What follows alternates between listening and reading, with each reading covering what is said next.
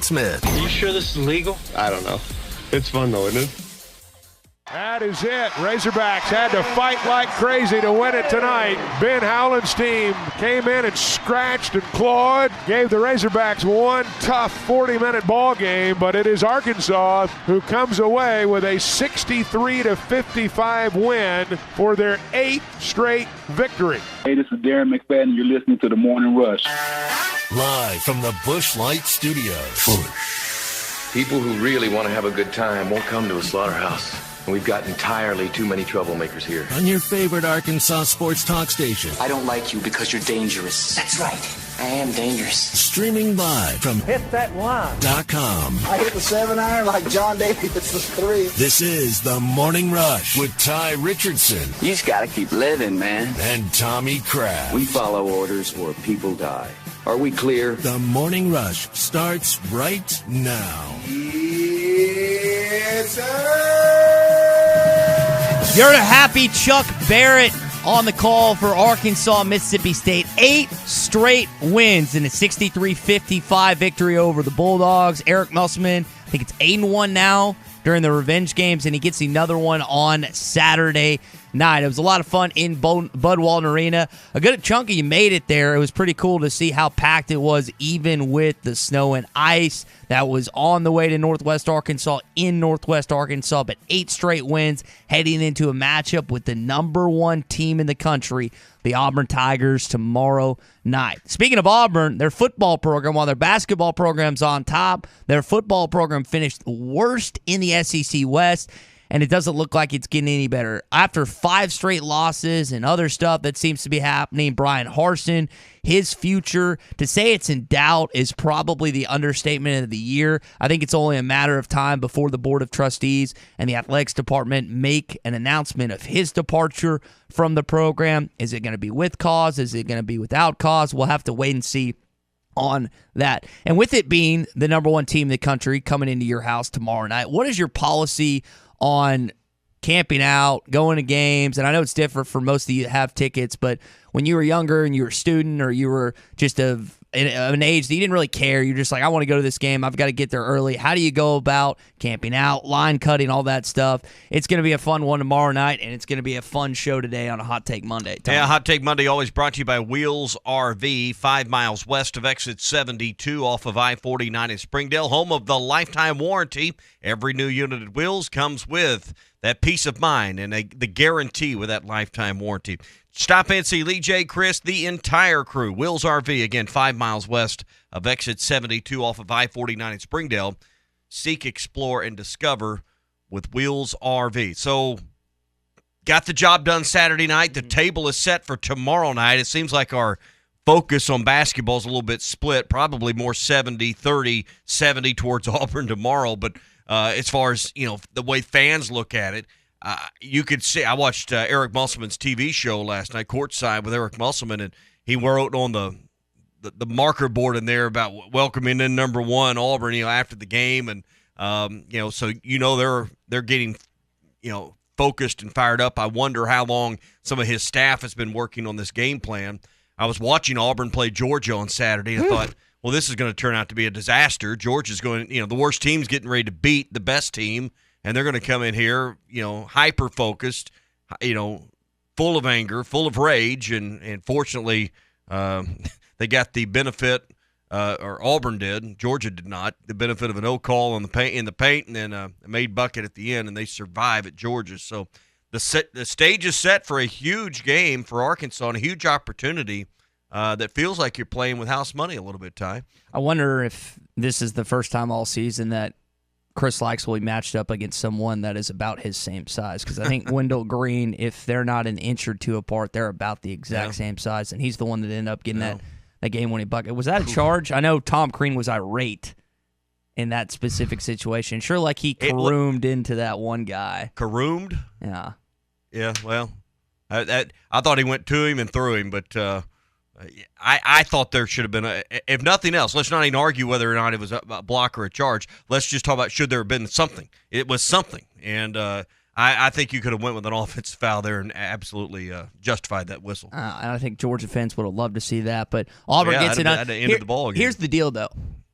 I think as an Arkansas fan, you would have rather seen Auburn crush Georgia because now they're going to be hyper-focused. And I wonder if they were looking ahead at all to Arkansas, being the fact that Arkansas has won now 8 straight games. At the time, it was just 7. I don't know what Pearl and his squad's mentality is down there in Auburn. I just know they played awful against, and for whatever reason, Georgia gave Arkansas every bit of challenge in the first half, not so much the second. And then you think back to Georgia's alone SEC win. They beat Alabama, who got smacked by Kentucky this past Saturday, which I thought was a little surprising. But I'm curious to see what Auburn team comes into Fayetteville. I think they're going to be fired up, and I think they're going to be ready to play Arkansas because we're talking about Auburn being the hottest team in the country. They haven't lost since they lost to UConn earlier this season. I can't remember exactly. I think that game was in like November or something. It's like double overtime, too, wasn't it? Correct. And it's been a while. Arkansas's got to play better than they did last night. They shot 27% from the field in the first half on Saturday night.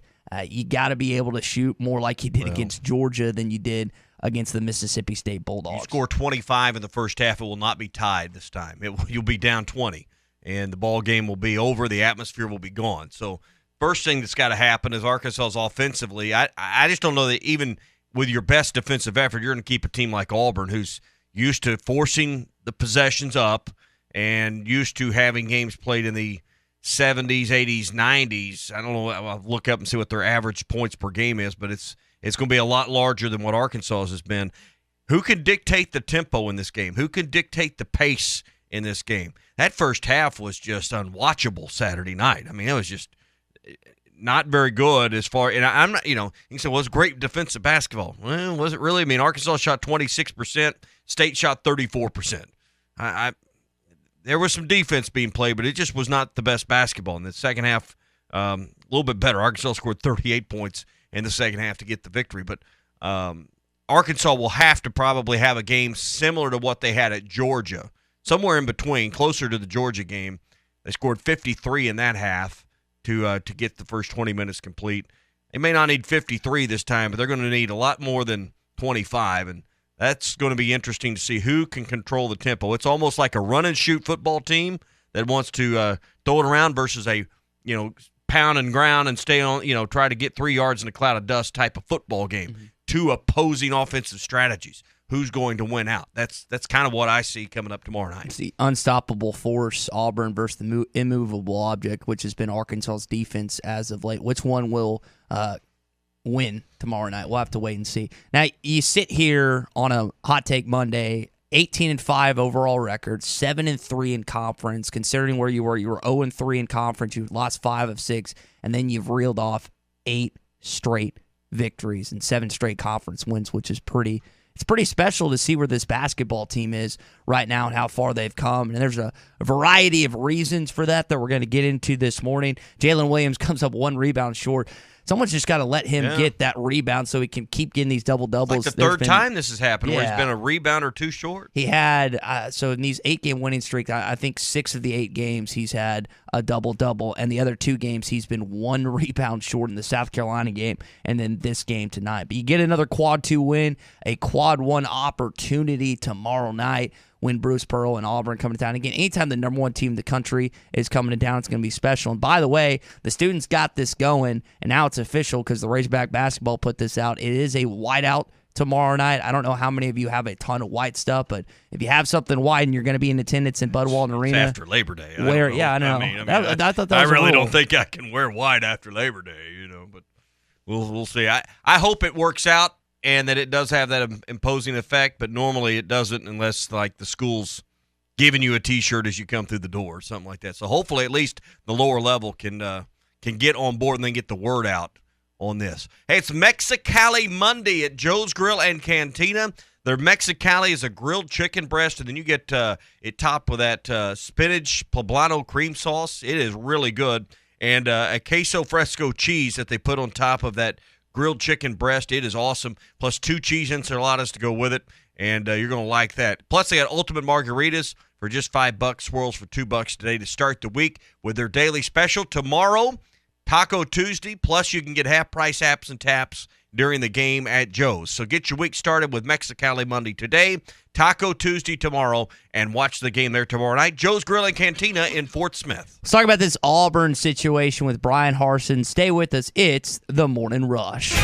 Hot Take Monday is brought to you by Wheels RV, Highway 412 in Springdale, and online. Here. When it came time for new gates and some fence repairs at my home, the Fence Man was my first call. The Fence Man does it all, from large commercial jobs to small residential repairs. Wood privacy fence, vinyl fence, commercial or residential chain link, even custom wrought iron fencing. 479-782-3936. 18 months, same as cash financing with approved credit is now available. If it involves fencing, the Fence Man does it. The Fence Man. He ain't afraid of no work. 479-782-3936.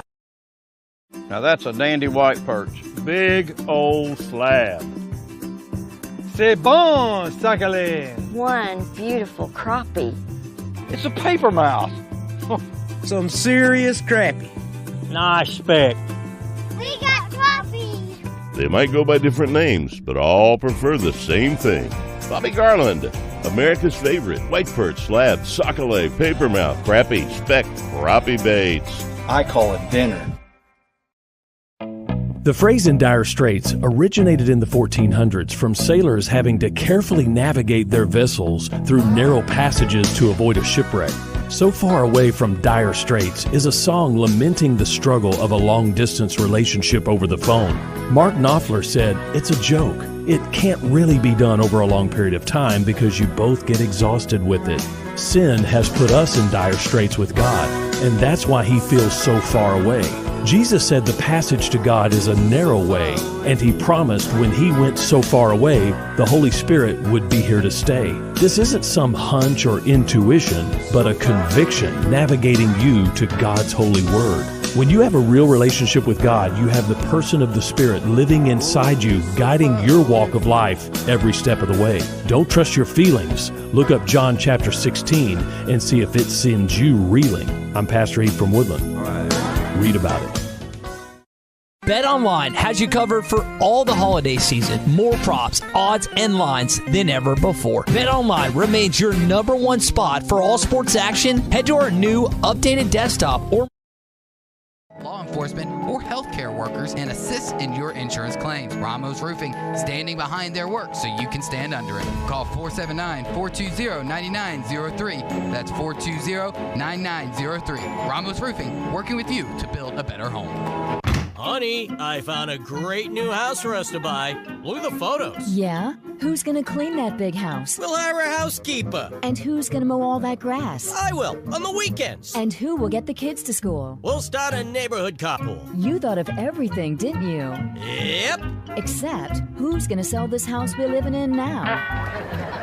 Nick and Ellie Glidewell. nickandellie.com. Equal housing opportunity, Sagely and Edwards Realtors. There's more to a tractor than just horsepower. A tractor also needs weight to get that horsepower to the ground. With TYM, a heavier tractor comes standard. Many of the TYM models weigh more for the horsepower than comparable tractors from the big names. And tractors that weigh more, do more. See Bush Tractor at their new location at 6100 South Zero in Fort Smith, or log on to bushtractor.com to see how they can upgrade your productivity. Doe's Eat Place, serving award-winning steaks, has now added lobster tail and salmon to the menu. You can also enjoy delicious appetizers along with your choice of drinks from the largest selection of wines, beer, and liquor in the River Valley. Doe's Eat Place is open Tuesday through Thursday 5 till 9 and Friday and Saturday 5 till 10. Reservations are recommended. Call 784-9111. That's 784-9111. Doe's Eat Place, 422 North 3rd Street, Fort Smith. Here's an awesome addition to your toolbox at an amazing price, whether you're a do-it-yourselfer or pro. Right now, Metters Lumber True Value has the DeWalt 37-piece screwdriving set for just $14.99. The tough snap-close case holds a wide assortment of bits and nut drivers for almost any project on your list. Each bit is cut from shock-resistant tool steel, and the snub-nose design fits perfectly into hex socket adapters. Head over to Metters Lumber True Value to save on this bargain of the month now, while supplies last. With over 40 years combined experience, the team at the law offices of Craig L. Cook understand the definition of work. Real work. Working for you. Whether you've been injured in an auto accident, on the job, a victim of nursing home negligence, or need help navigating bankruptcy, Social Security, wills, trusts, estates, or family law issues, Craig Cook will go to work for you. Call us today, 479-783-8000. The law offices of Craig L. Cook, with locations in Arkansas and Oklahoma. We work for working people.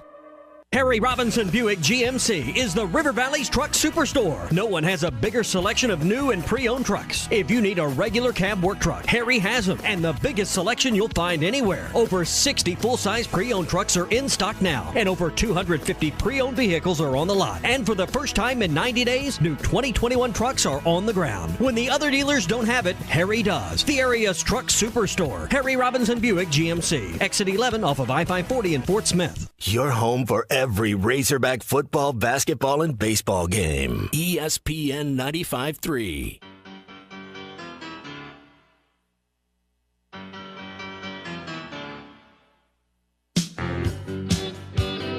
Good morning to the Morning Rush, everybody. 8 to shoot. Johnson kick out. Way three-pointer good. Have you listened to Trusting the Process on the Hit That Line podcast network yet? Check it out on hitthatline.com or search Hit That Line wherever you listen to podcasts. Brian Harsin looks like he's going to be out the door at Auburn soon. It's not just a matter of when. It's just a matter of, hey, is next day? When is this going to happen this week?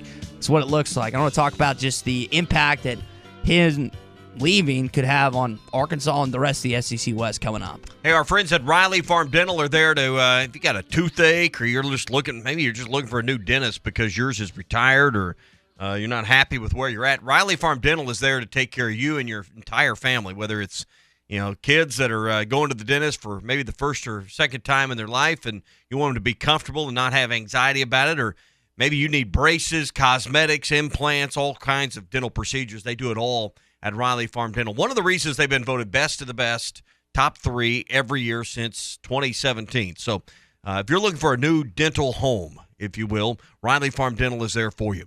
479-226-3500 is their number. You can call and set your appointment there, 226-3500, or see more about Dr. Brogan and Dr. Sparkman online at RileyFarmDental.com. That's RileyFarmDental.com. A report from ESPN is stating that Harsin's getting a little frustrated in the fact that he's trying to figure out who his new offensive coordinator is going to be and the money allotted for that position. Remember, Austin Davis was there a little over a month. He was with the Seahawks, came over to Auburn, and then left for personal reasons. Derek Mason went to the Oklahoma State Cowboys. So there are some issues going on within that program, and now it looks like the head coach is going to get the boot. And I don't know if it's a combination of the recruiting efforts where they didn't land any of the transfer portal guys, the fact that they had the Alabama game in their sights and they lost it. They lost 5 straight. There's a lot of things that are playing. It's not just one thing, Tommy. Well, the number one job of the Auburn head coach is to win some games against Alabama. And that was the surprising thing about the dismissal or the separation between Auburn and Gus Malzahn. Gus had success, the most since Tommy Tuberville. So, and I think if Auburn had pulled off the Iron Bowl and not gagged in the last minute, choked on applesauce, this wouldn't even be a conversation. Number 2, I don't understand in this conversation is, where's Brian Harsin? Where was he over the weekend? Physically, where was Brian Harsin? He was out of the country on vacation. I mean, I don't understand. If there is this much turmoil, this much public speculation circulating around me and my job, I'm on the first plane back, baby. We're going to get this figured out. Now, I don't work with a safety net of about $18 million. Go ahead and fire me. You're going to pay me $18 million. But that's in doubt, too, if they find cause. I would think if things were coming unraveled as they appear from the outside looking in. Ty, are you staying at the beach in Mexico or wherever he's at? He's out of the has been. He may be back now, but over the week, he was still on vacation out of the country. That makes no sense to me at all. If things at work aren't well, I'm getting my butt back home. That doesn't speak well either. What if he turned his phone off? Well, then if someone did that, if there was an issue with someone's job and they turned they'd be done. I mean, I don't understand that at all. That, you think he's oblivious to what's going on? Of course not. So you don't think he came back when he hurdle this Well, I mean, new- all the reports I read from the weekend is he was unavailable for comment as he was out of the country on vacation. Couldn't that just be? I mean, come on, there's smoke screens all the time. Not to say that it isn't. Well, true, if I'm putting up a smoke, it's not I'm out of the country on vacation. That seems very disconnected and very out of touch. That's even worse. I don't know if I believe that what might have happened, and again, this is just speculation on my part. What might have happened is he was on vacation, got the news, came back, and then just still said he was on vacation. Here's the interesting thing. Who was he on vacation with? Was it the family? It said his family. Was he? Now, don't start that if it's not. Do you have anything to... Don't make insinuations. You wouldn't want people doing that about you if there's nothing to back it up with. But I'm just saying it doesn't look good. If I'm the leader of this program and the one interview he had with ESPN to walk through some of this, he made some pretty strong statements. I'm getting front and center, and I'm getting in front of a TV camera somewhere, and I'm going to let people know I'm in charge of this program, and I'm here to lead. Even though there may not be any players in the building, may not be coaches, I'm here. I'm the head man at Auburn. I'm the head football coach, and I think that's what he needs to. That's the image. Now, Alan Green and the administration at Auburn may not want him anywhere near a camera because they're trying to figure out how to run him out. But I'm not going to let fans sit by and think I'm getting Mai Tais on the beach instead of taking care of business, because the fans' idea in their head is these coaches work 24/7, 365. They're never away, blah, blah, blah. But it seems like if my job here was in turmoil and crisis, I would not be in Mexico. I would be back here at the wheel. I'd be captaining the boat until someone threw me out of the wheelhouse. Even if you had an all-inclusive trip? I don't care. I mean, what's more important, you'll not have any more all-inclusive trips. Now, we don't operate with an $18 million safety net, but that's the buyout.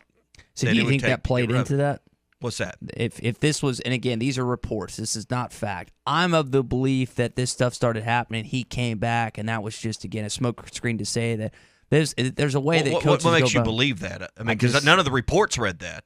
There's reports all the time that are wrong. I mean, I don't. So you're right and they're wrong. Okay. No, I'm just. But I mean, come on, Tommy. You've been in the business longer than I have. How many times and you always, when I bring up a report, you always cautiously tell me just because it's a report, it's not true. I mean, but ESPN doesn't normally get facts like that wrong. I tend to believe, like, when I see stuff like this, and coaches don't like, a lot of coaches, and that's not true for every coach. A lot of coaches don't like being on camera. A lot of coaches don't like when something is happening within their program, or something like the Jimbo Fisher thing that we just happened. And I brought up, I was like, okay, well, when the Sam Carter news was happening, why didn't Sam Pittman get on camera and dismiss all the rumors? Coaches don't have. Because he wanted rid of him, apparently.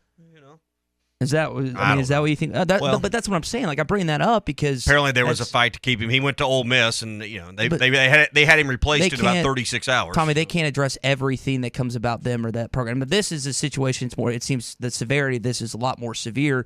But we can't get in a situation where we also get coaches to address every single thing. That's. Well, this isn't just every single thing. That's what I'm saying. The severity of this is a lot different. Yeah, I mean, if there was something major going on within the football program, would you want to know that Sam Pittman's down at Hot Springs, hanging out at Bubba's, having beers, or do you want him back in Fayetteville dealing with whatever the issue of the day was? Well, you'd want your head coach at the wheel, right? I don't think that's it. It doesn't look presidential-esque, and that's exactly what Harsin needs to appear as right now. Hey, our best and worst of the weekends later in the show. One of the best of the weekend was that World of Wireless can now tell you affirmative that Channel 5 is back on Dish. Dish and Technet and all that, they got it ironed out over the weekend, and your locals, all of them, are back on at Dish. So call 877-305-DISH. You can get moved back to Dish if you moved away or if you're looking for a new solution, but not having 5 on there was a problem. No longer an issue. They've got a long-term deal signed. So Dish and Channel 5 back in bed. Call 877-305-DISH for WOW, World of Wireless. Hot Take Monday is brought to you by Wheels RV, Highway 412 in Springdale, and online at wheelsrv.net. Hey, it was BYOG, bring your own guts. Make your backyard dreams a reality this summer with an in-ground pool from Burton Pools and Spas. Save $5,000 this month on select in-ground pools. And with payments starting at $290 a month, your own backyard oasis is not out of reach. Be one of the first 7 families to call and receive a free upgrade to a saltwater system, a nearly $2,000 value. Save $5,000 and get a free upgrade at Burton Pools and Spas in Springdale and in Fort Smith and online at burtonpools.com. What's better than getting something for free? Winning. Woohoo! And with the $5 bundle from the Arkansas Scholarship Lottery, you get the chance to do both. For $5, you get 3 tickets, a Powerball ticket with Power Play, a Mega Millions ticket, and a free Natural State Jackpot ticket. That's 3 ways to win. So ask for the $5 bundle today. Bundle is eligible with Quick Picks only. Offer ends February 28th. Call 1-800-522-4700 for Problem Gambling Helpline. The Fence Man, the company you can trust when it comes to building quality fencing and gates, is looking for quality people to join the Fence Man team. If you are a fence builder or have building or welding experience, apply in person at 1213 North 32nd Street in Fort Smith. The Fence Man offers great pay and a $500 sign-on bonus. Join the top fence building team and get a $500 sign-on bonus. The Fence Man. Apply today in person at 1213 North 32nd Street in Fort Smith. The Fence Man is an equal opportunity employer. Harry Robinson Buick GMC is the River Valley's truck superstore. No one has a bigger selection of new and pre-owned trucks. If you need a regular cab work truck, Harry has them, and the biggest selection you'll find anywhere. Over 60 full-size pre-owned trucks are in stock now, and over 250 pre-owned vehicles are on the lot. And for the first time in 90 days, new 2021 trucks are on the ground. When the other dealers don't have it, Harry does. The area's truck superstore, Harry Robinson Buick GMC, exit 11 off of I-540 in Fort Smith. Elite Roofing is a locally owned roofing contractor. If you're building a new home or maybe need a new roof on your existing home, Elite Roofing can take care of you. Elite Roofing is known for their dependability and reliability. Just ask any of their satisfied customers. They are licensed and insured, and references are available upon request. If you need a roof, call your local roofing contractors. Elite Roofing, 478-8668. That's 478-8668. Elite Roofing, 478-8668. Tired of constant computer issues at work? And who knows what the real problem is? Is it the router? No, it's the hardware. Wait, they said it was the software. Call Hashtag Managed IT Services. Their multifaceted approach to IT support guarantees that everything is working at optimum performance. And Hashtag prevents the small problems from becoming big issues. Hashtag Managed IT Services in Van Buren. 479-802-4978. That's 479-802-4978. Hashtag Technology without the headache. Farm Credit has been a trusted friend for over 100 years. They are ag financing experts. So whether you're a longtime farmer, new to farming, or buying your dream home or land in the country, their experienced staff has a plan to fit your goals, needs, and your bottom line. From farms to land, livestock, equipment, and more, Farm Credit finances it all. Learn more at myaglender.com. Farm Credit is an equal opportunity lender.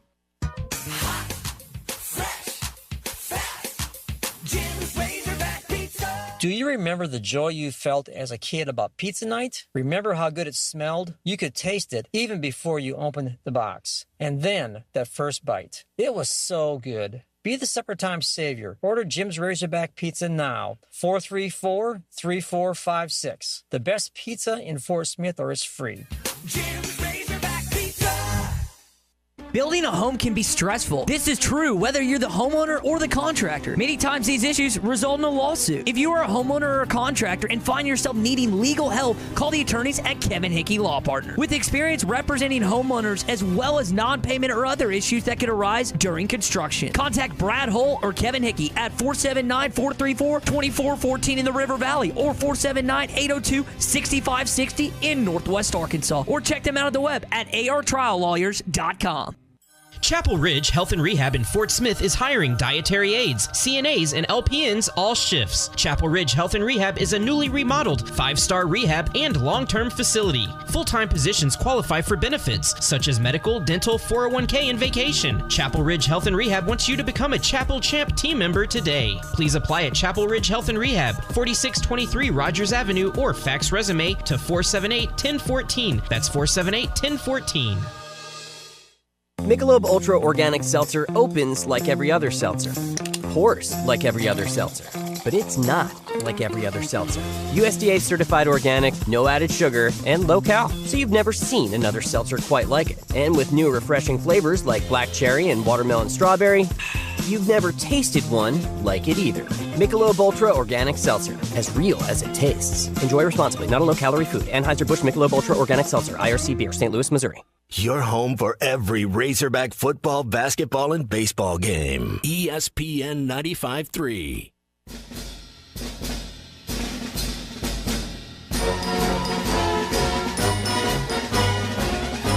The Morning Rush with Ty Richardson and Tommy Craig. Likes, drives around Moore, gets inside. He was bumped. Shot goes anyway. Did you miss a segment or interview during the show? Find it in the Bud Light Next Morning Rush podcast. Just search Hit That Line wherever you listen to podcasts.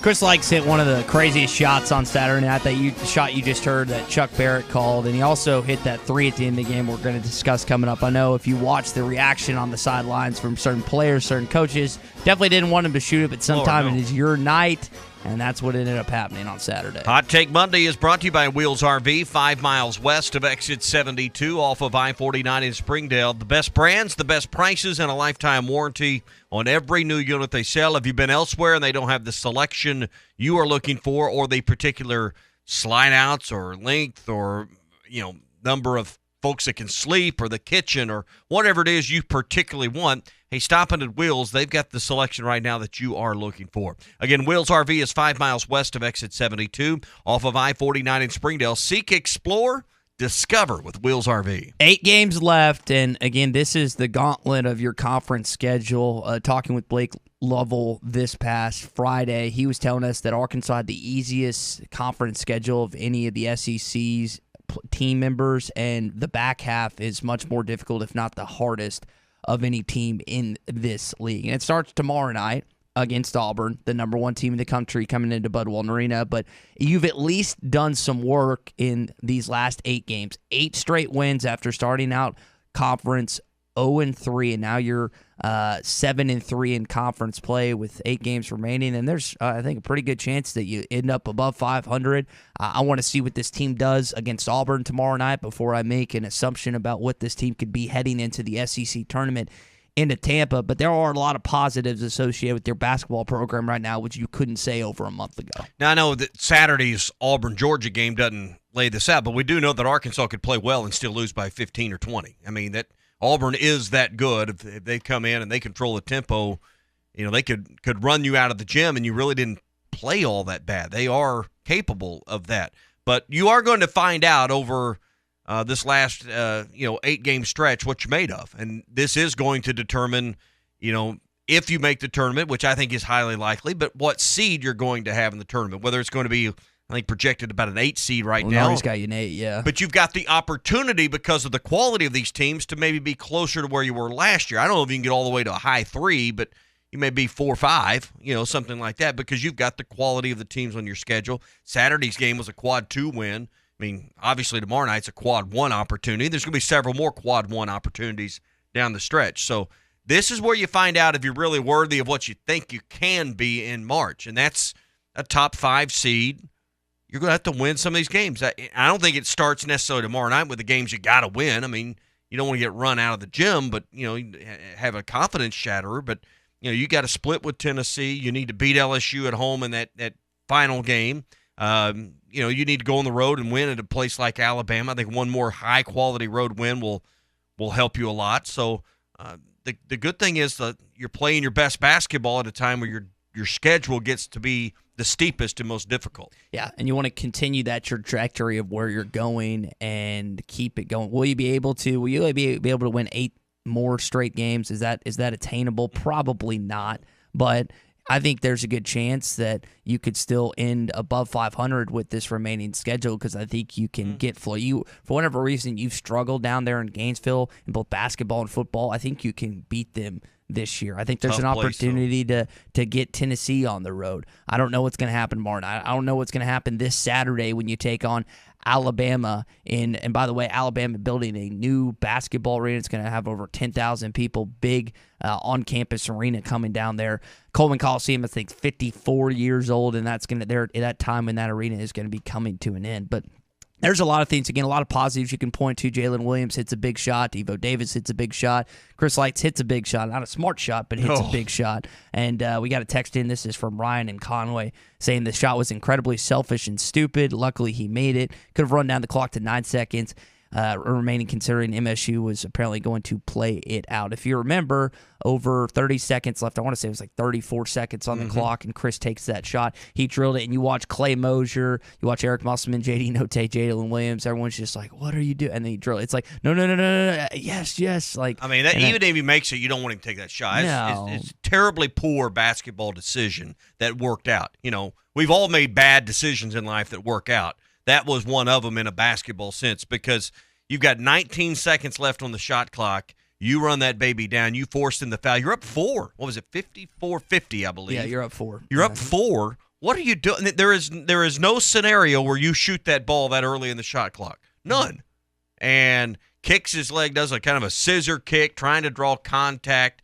If that ball doesn't go in, I don't want to say it opens the gate wide open, but you run that time down and you really close the door on State, and you left him an opportunity there that was unnecessary. Yeah, this is not. It worked out, but you don't do that again. People were joking 2-for-1 situation. You do that if you're tied or if you're down, not if you're up 4 with less than 40 seconds to go. But Eric Musselman wasn't too hard on him in the post-game press conference. I think that what he said privately is a lot different than what he said publicly, if I had to make an assumption about that. But it still won, and again, that was just a sign of your night. I'm looking at the 3 people I'm sitting next to it, and we're just speechless when he both took and made that shot. Luckily, again, it was your night. Now, you're going to have to play really well tomorrow night against Auburn. Auburn has some dudes. Walker Kessler is leading the country right now in block shots. It's the number 1 team in the country in block shots. You got Wendell Green, who made the game winner against Georgia this past Saturday. 6'10" Jabari Smith, who's going to be a matchup nightmare for the Razorbacks tomorrow. You've got an Arkansas connection in Alan Flanagan, who's got the Parkview connection. There's some other, and Chris Moore as well. So there are a lot of Katie Johnson's. I thought he was injured, but he ended up coming back in. There's a lot of guys that are going to be walking into Bud Walter Arena tomorrow night that can fill it up, and Arkansas is going to have to put on one of their best, if not their best, defensive performance of the season. All right, so how do you get your points tomorrow night? We'll come back to defense. Kessler blocks all those shots. He's tough on rim protection. So it's going to be difficult to go inside and score. So can you make enough three? This has not been a three-point shooting team, not a great mid-range jump shot team. So how and where did you get your points against Auburn? That to me is the big question. It's a better question for Eric Musselman, not me, because I don't know what they're going to do. Because Arkansas has drawn a lot of free throws. You've got to make Auburn foul. You've got to get straight line drives. You've got to get some good situations. Mississippi State defended Arkansas's pick and roll really well. J.D. Note did not have one of his better games. He shoots 4 for 16. J.D. Note has to have a much better performance. If he goes 4 for 16 tomorrow night, you're done. Nail it in. Now, I'll give Kamani Johnson credit. Anytime that this young man steps in, and I'll say this, the 3 guys that you weren't necessarily just insanely excited about, Kamani Johnson coming over from Euler, modest stats, Trey Wade, modest stats at Wichita State, and then also you've got who else am I thinking? Yeah, Kamani and Trey. Those guys too.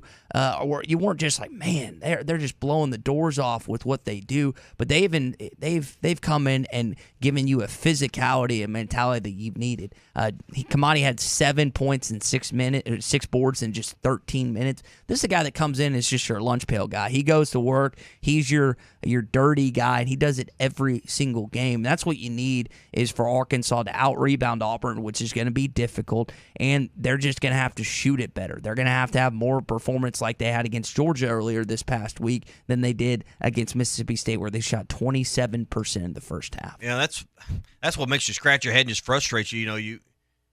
You know it's in there. I mean, why did Georgia play much better against Auburn? I don't know. That's a big rivalry game. That may be part of it. It's a huge rivalry in football, but Georgia and Auburn do not like each other in anything, and Georgia kind of stepped up to the pump. But you go down there midweek and blow their doors off, and then Auburn goes in there and is lucky to win. I don't care what Bruce Pearl said after the game in his post-game interview on the SEC Network, they were lucky to win. Yes, they earned the win, but they were lucky to get out of Stegman with that victory, obviously. But for Arkansas, I don't see a way to do this without canning 8 or 10 3-point baskets in this ball game minimum. I just don't see how you can beat Auburn unless you probably get 25 to 30 points in probably what will be a 70-point night at the from the 3-point line. I don't know unless Walker Kessler gets in foul trouble early. He's got 3 first-half fouls. That's going to be the other element in this game is how has it worked, how's it officiated, and do either or both big men get in trouble? Because that's a huge edge to the team that has Jalen Williams out there for Arkansas or Kessler out there for Auburn. If those two guys are allowed to bang a little bit and stay in the ball game and get 30-some-odd minutes, that's going to be a treat for the fans. But it probably won't work out that way. We were talking with Eric Burnett, Jalen's high school coach, 2 weeks ago, and Jalen scored 33 on Walker in high school, but this is a much different situation tomorrow night. And that's going to be the pivotal matchup because if Arkansas and Jalen can win that matchup, I think that gives you an edge. But this is Walker Kessler, 7'1", 5-star, can shoot it. And they have a great pick-and-roll philosophy with him, Allen Flanagan, Wendell Green, Jabari Smith. I mean, this is a really, really capable team, a team that probably Bruce Pearls has the best that since he's been at Auburn. He's had some really quality teams. We know that team that went to the Final Four,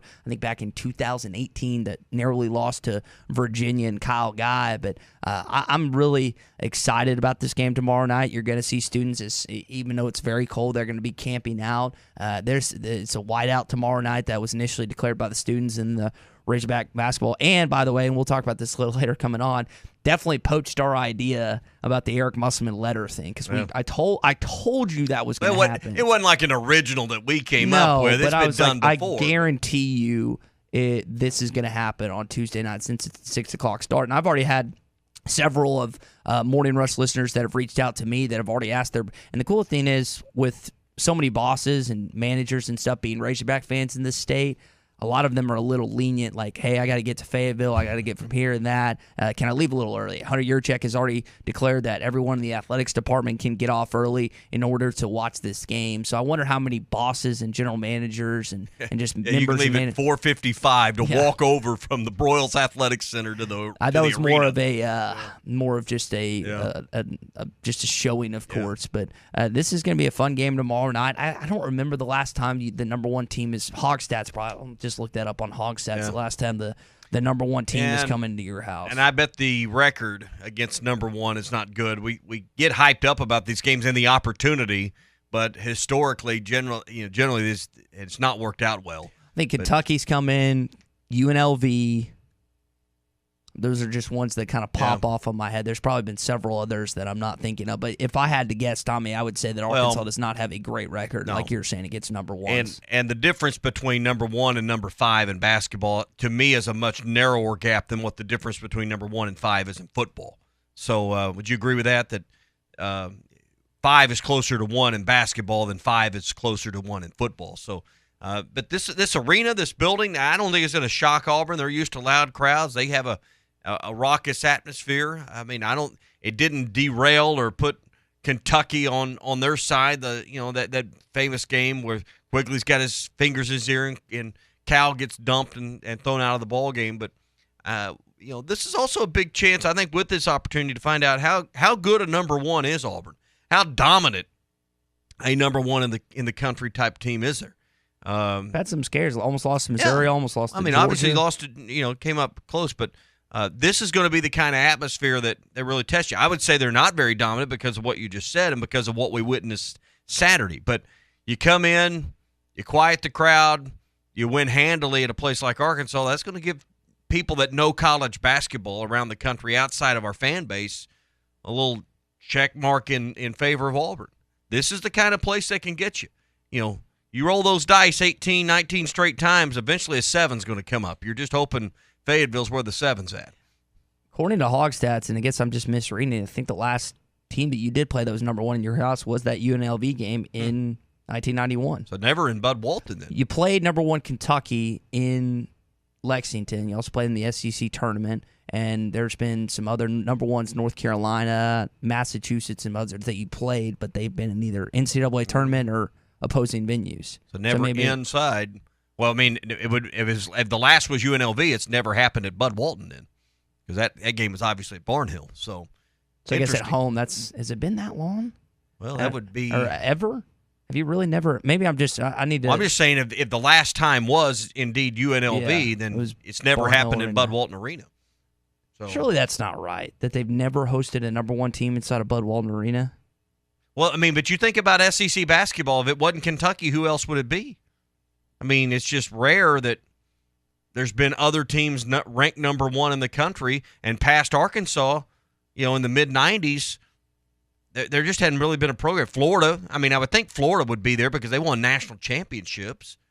I don't know if maybe you didn't host them that year. Florida would be with Billy Donovan would be the program that would come to mind, but maybe they weren't number one when they got here. Number two, and you played them in Gainesville that year. And then the year before, you played them in Nashville. For years, you had divisions and didn't have the league combined. You had them separated out in East and West. The year they won the national championship that you did beat him, Ronnie Brewer's game in overtime, him pumping up the crowd, they were number 10. Yeah. So it hasn't been. Again, I don't think. I'm never in Bud Walton Arena. I'm going to send Hogstats a message, but I'm looking at his website right now.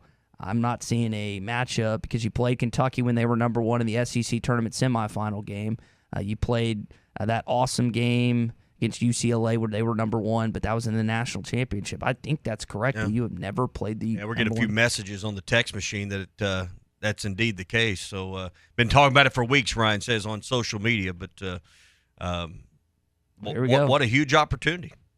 There you go. Got to hit more than 4 from 19 from 3 against Georgia. It was nice to have J.D. Notae back in this game, considering he did not play in that first matchup. He didn't have, again, the best shooting performance, but did have a couple assists to kind of counter and balance that. And, again, this team, they can't shoot like they did last night, or excuse me, I keep saying last night, Saturday night against Auburn. You've got to shoot better. They shot 27% in the first half. Both teams shot below 40%, but you only had 2 turnovers in the first half and 6 in the game.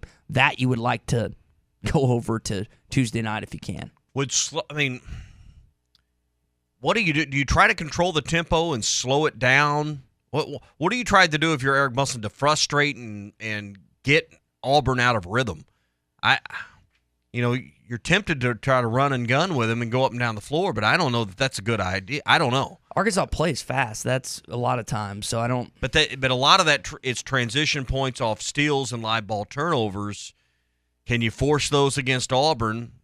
Yes, Arkansas likes to go up and down the floor, but maybe getting them out of their rhythm is. I'll be interested to see what the game plan that Eric Musselman puts together will be for this. So that to me is as interesting as anything is the chess match that you'll have between Bruce Pearl and Eric Musselman. We'll have the game for you right here, and you can listen on hitthatline.com, but wherever you're at this morning, 5:30 tomorrow night here on ESPN Arkansas. We're brought to you by Burton Pools and Spas. This is the month. Make the decision right now. February is when I begin the process of planning that new backyard oasis with an in-ground pool from Burton Pools and Spas. You can swim this summer with a $5,000 rebate or instant savings on select in-ground pools. That's good this month, and it's on a variety of in-ground pools. That means payments start as low as $290 a month for your own backyard dream. You can create your own little paradise in your own backyard with the trusted sales and service team in Fort Smith and Springdale that's been around for more than 40 years at Burton Pools and Spas. And I tell you what, call this week and be one of the first to call. They're going to give you a free upgrade to a saltwater system for your pool. So that means that you don't have to use the chlorine and as many chemicals, and it's much, much easier to take care of with the saltwater system. That's nearly a $2,000 upgrade, yours for free when you call this week. Burton Pools and Spas against Springdale and in Fort Smith, always online at burtonpools.com, your source for backyard fun. Didn't watch too much of the Pro Bowl yesterday. I did see the AFC beat the NFC 41-35. That's going to be part of my worst of the weekend because I feel like it's not even a football game anymore, just kind of the way they play, which is it's weird, it's odd, it's almost like two-hand touch. But, yeah, it was not. That was the lone kind of football stuff that we had this weekend as we get ready for the Super Bowl this week, which Matthew Stafford, whose birthday it is today, was born on this day in 1988, he finds himself in. That was really the blockbuster trade that took place in the offseason with the Detroit Lions and the Los Angeles Rams. They also went out and got Von Miller, and the goal for Stafford was to always get to a Super Bowl, not just get, but win it.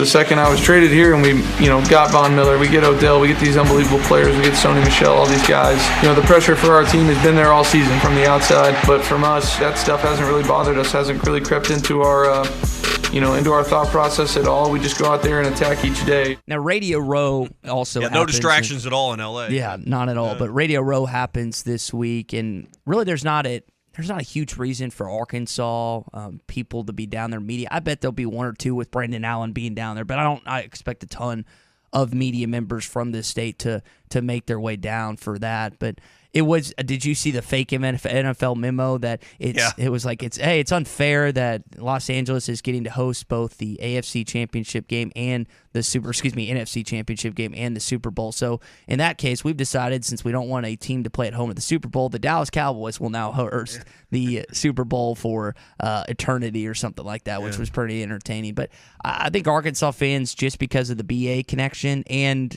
you do have some players that you watched in college like Matthew Stafford, Joe Burrow, Jamar Chase, and others. There's a lot of SEC, I think 27 SEC guys in the Super Bowl? I think that's the number you said last week. I believe that's correct. So this is an intriguing. It would have been better if it was Chiefs, Cowboys, or Patriots and Bucks, but I'm excited about the Super Bowl this upcoming Sunday. Well, and the NFL's got a ton of stuff on their plate right now, not named Super Bowl, that's named diversity and hiring practices, but to deal with. But I just think you got to figure out a way to let the average football fan have some access to this game.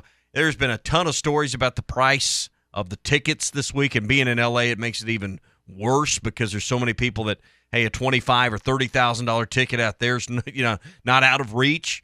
But you see a lot of these screenshots and things on social media from StubHub or RazorGate or wherever, SeatGeek, and the average fan is so disjointed, so displaced from the Super Bowl. It's not on my bucket list of top things to do. I was hanging with a guy yesterday. He's flying to L.A. to just go out and hang out in L.A. for the Super Bowl.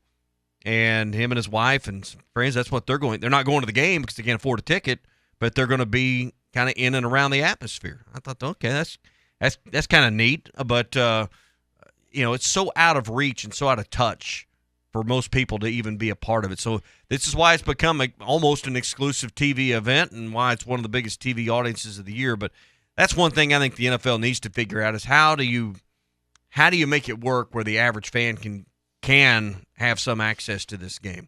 But they don't care about the average fan. No, they just care about money. But they care about appearances.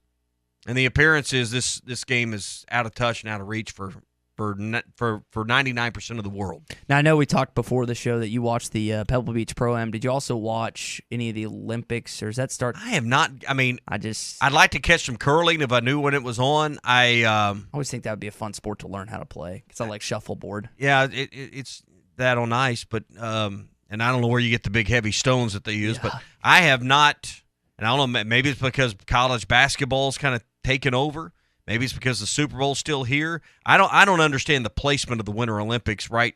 You'd think it'd start after the Super Bowls when they would want to do it, but I'll be honest, I have not found a lot of interest so far in the Winter Games.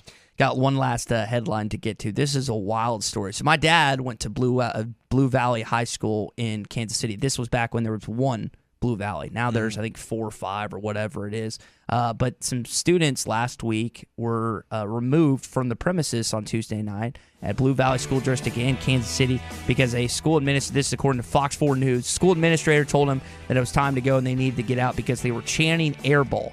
Per Kansas State High School Activities Association, Rule 52, airball is one of the phrases that is labeled as poor sportsmanship. I would bet a lot of money that was not the only thing they were saying. I would bet a lot of your money and my money that there was a lot more to the story than just that. Than just airball? Yes. Even though it's a part of the I would bet that there's a lot more of things that went on. When I was in high school, that's the same way. You couldn't do any of that stuff or you were removed. I mean, we had a sportsmanship policy at Southside High School that the principal there championed. You wasn't allowed.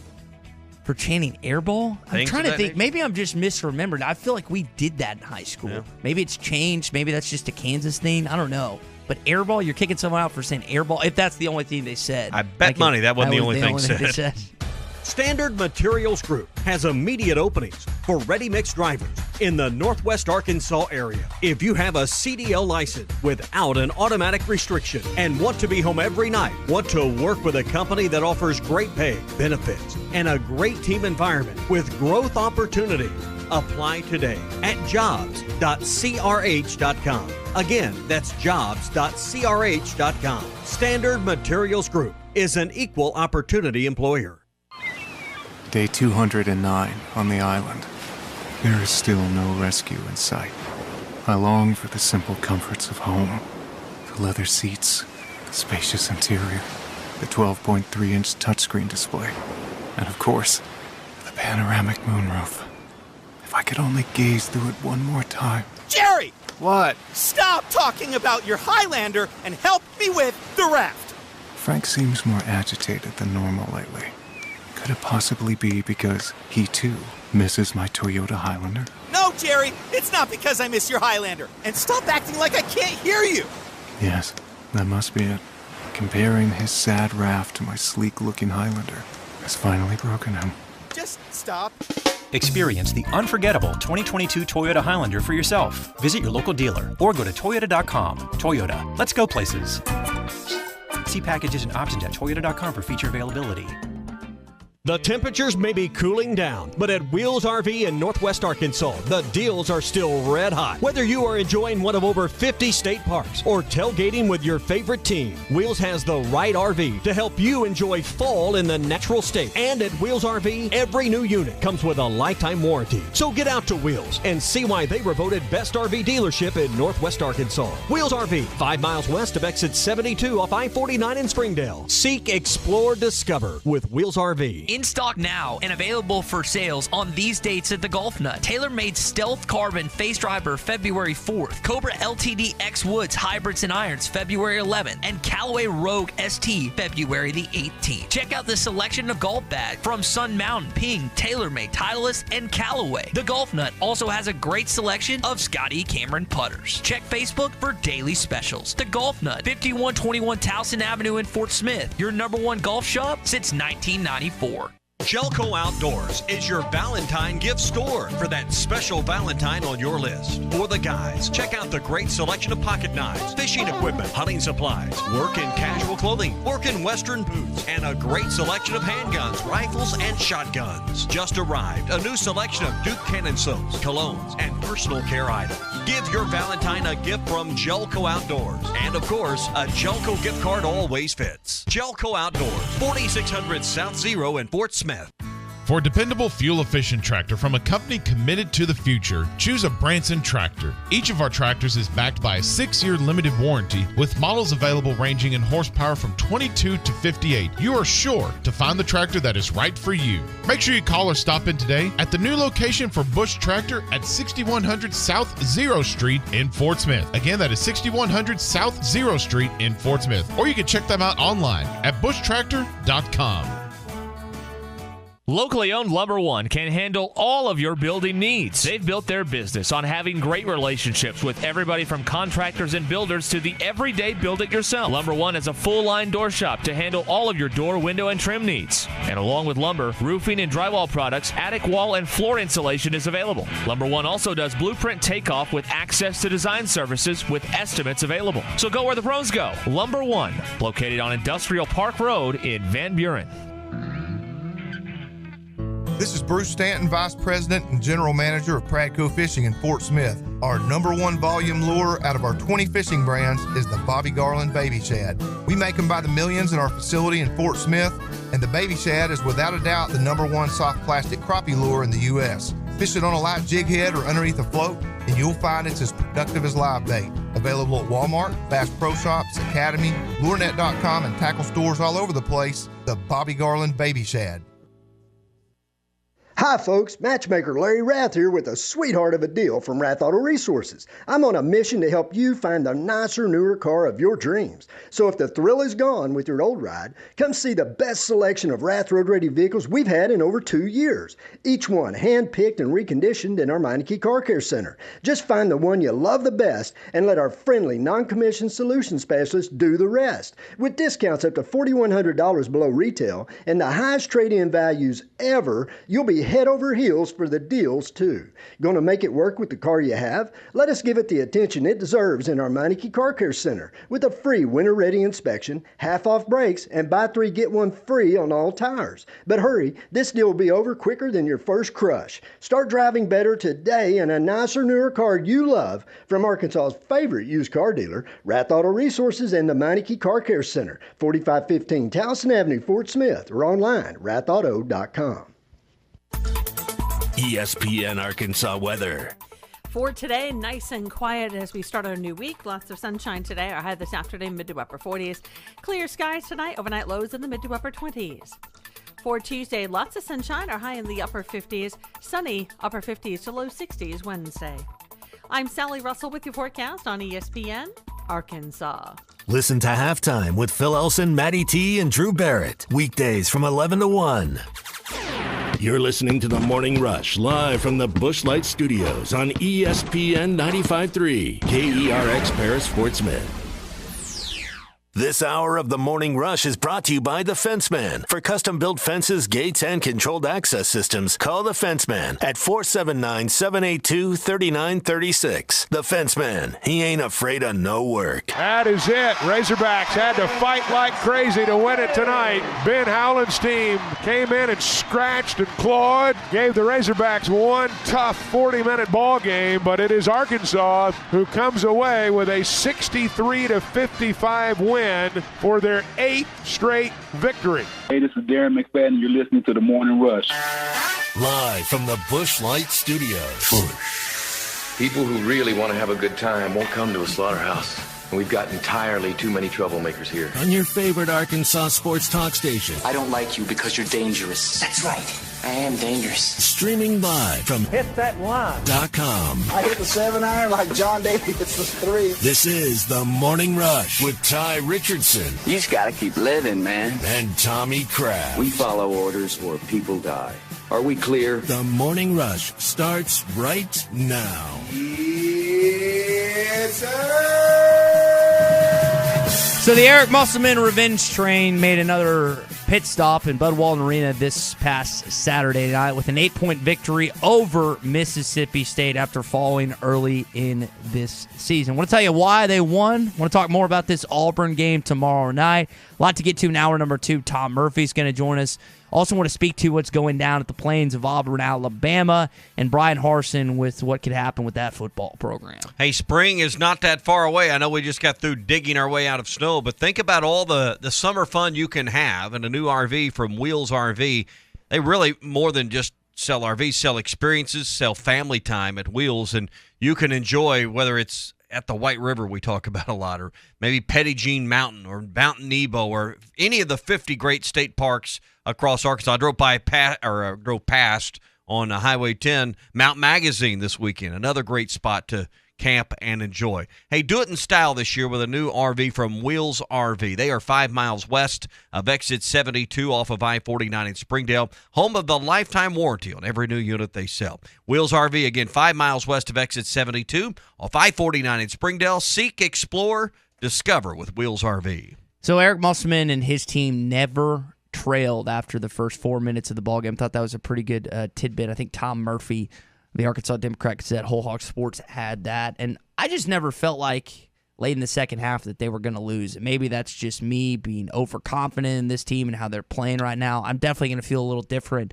in tomorrow night's game, even if they get up to a big lead, which Arkansas really needs to kind of shoot it early and get off to a hot start in order to play with this just potent offensive Tigers team tomorrow night. But that's just kind of how I felt. Even J.D. Note, who didn't have the best night shooting, you got it done and you found a way to win. That's what I think has stood out to me in these 8-game winning streak. Whether J.D.'s been in foul trouble or hasn't shot the best, other guys have stepped up or their defense is just clamp down, and other teams just can't score. Got to do a better job of shooting the three. Arkansas was 4 of 19 on Saturday against Mississippi State. So got to do a better job of canning 3-point baskets. We've talked about Walker Kessler, and his ability to block shots is the best in the country.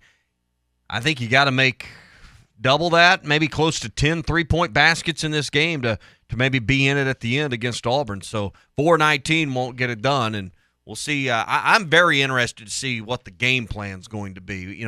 Whether it's try to run with them. Arkansas, I think, has the ability to run up and down the floor. Now, they have a propensity to turn the ball over too much sometimes, and the faster you go, the more I worry about ball handling and ball security. Arkansas did a great job of that Saturday night. They only had 6 turnovers in the ball game.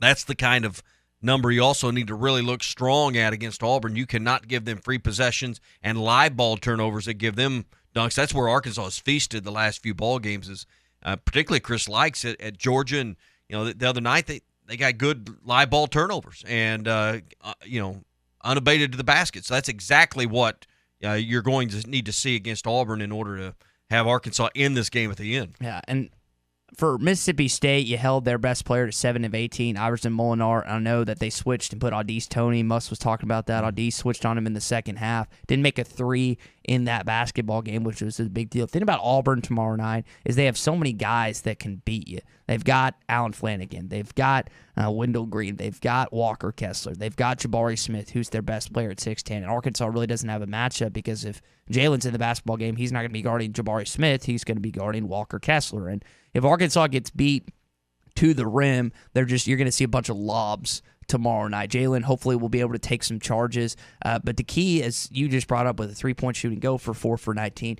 You have to get Auburn in foul trouble and to the line, and specifically if you can Kessler in foul trouble. Yeah, that's the main one, because this is not the same team. And when Tommy's not just Walker Kessler is he leading the country in block shots, they as a team are. And Arkansas' strength has been getting to the foul line and getting to the rim. So they have to be continue to be aggressive and not be scared to get their shot blocked, which there will be some blocks. But then on the other end, I think Jalen can get some blocks and other guys can get some blocks too. Arkansas had 4 block shots in the Mississippi State game. I think Kessler's, 7+ or something like that. His numbers are ridiculous. But so does that change the way you attack the rim? Does that change your ability and your desire to dribble penetrate? Arkansas goes into the lane a lot, creates a lot of contact with that. Who gets the calls? That's one thing we've seen with Jalen Williams. We're talking about foul trouble here and trying to get Kessler in foul trouble. Does the streak, and I think it's 30 or 31 charges taken now by Jalen Williams. Who gets 32? So who wins that kind of war in rim protection with their defense? That's going to be another game inside the game tomorrow night. They need to have the charge counter. I can't remember if they have that in Bud Walton Arena or not, but his charge counter they just need to keep displaying that on the board. But as we brought up in hour number 1, the first time that Bud Walton Arena has ever hosted a number 1 team in the country. There's a whiteout tomorrow night, and we're spending a good chunk of time on this, not to make light of the Mississippi State win, because that was a big time win, because what we also brought up last week with Texas A&M and now with Mississippi State, you've split that. So you're currently right now 3rd in the SEC, tied with Tennessee for that ranking. And if you can split with Tennessee, you're going to have that. Arkansas would love to have a top 4 seed. You're not going to catch Auburn. If you beat them even tomorrow night, they're not going to lose 2 other games. I just can't see that. But I think there's a good chance that you can end up, if you play out your schedule like you need to, a top 4 team or top 4 seed in this league. Why that's important, you might ask, is because when you go down to Tampa for the SEC tournament, if you were top 4 seed, you don't play Wednesday, you don't play Thursday, you just got to wait till play on Friday. You get a 2-day bye for the SEC tournament.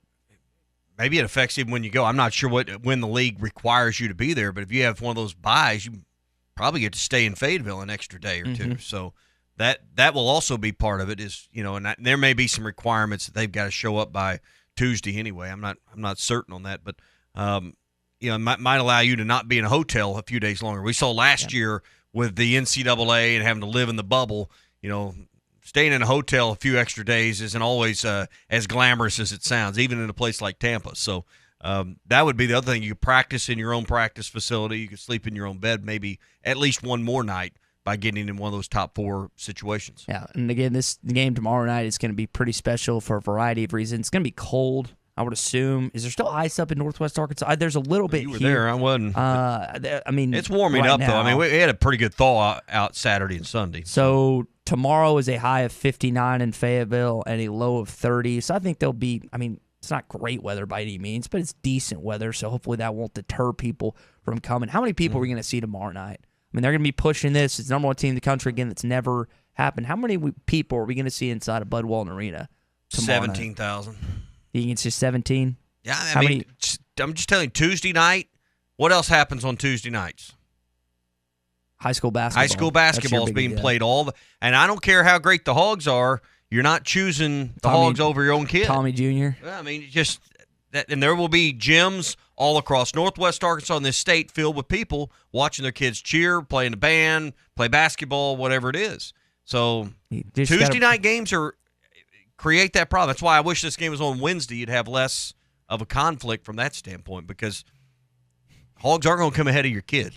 Just the way Even it is. number 1 team in the country. Even the number 1 team in the country. Hey, in addition to farms, livestock, and homes, Farm Credit can help you finance recreational land. They have a new loan product that makes financing all sizes of hunting tracts quick and easy. So if it's the next turkey season, deer season, duck season, you want to be on your own land, Farm Credit can help make that happen. Go to myaglender.com. That's myaglender.com for your local Farm Credit office near you. Let's talk about Brian Harson's buyout and what's going down with Auburn because it looks like that's the direction we're headed. Is he going to get fired with or without cause? Hot Take Monday is brought to you by Wheels RV, Highway 412 in Springdale, and online at wheelsrv.net. Eagles Nest is coming in hot. Here. When it came time for new gates and some fence repairs at my home, the Fence Man was my first call. The Fence Man does it all, from large commercial jobs to small residential repairs. Wood privacy fence, vinyl fence, commercial or residential chain link, even custom wrought iron fencing. 479-782-3936. 18 months, same as cash financing with approved credit is now available. If it involves fencing, the Fence Man does it. The Fence Man. He ain't afraid of no work. 479-782-3936. Now that's a dandy white perch. Big old slab. C'est bon, sacale. One beautiful crappie. It's a paper mouse. Some serious crappie. Nice speck. We got crappie. They might go by different names, but all prefer the same thing. Bobby Garland, America's favorite white perch, slab, sacale, paper mouth, crappie, speck, crappie baits. I call it dinner. The phrase in dire straits originated in the 1400s from sailors having to carefully navigate their vessels through narrow passages to avoid a shipwreck. So Far Away from Dire Straits is a song lamenting the struggle of a long-distance relationship over the phone. Mark Knopfler said, "It's a joke. It can't really be done over a long period of time because you both get exhausted with it.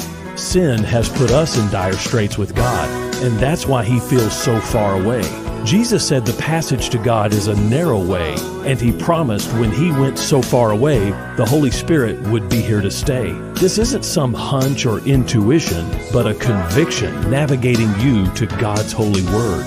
When you have a real relationship with God, you have the person of the Spirit living inside you, guiding your walk of life every step of the way. Don't trust your feelings. Look up John chapter 16 and see if it sends you reeling. I'm Pastor Heath from Woodland. Read about it. BetOnline has you covered for all the holiday season. More props, odds, and lines than ever before. BetOnline remains your #1 spot for all sports action. Head to our new updated desktop or Trucks are on the ground. When the other dealers don't have it, Harry does. The area's truck superstore. Harry Robinson Buick GMC. Exit 11 off of I-540 in Fort Smith.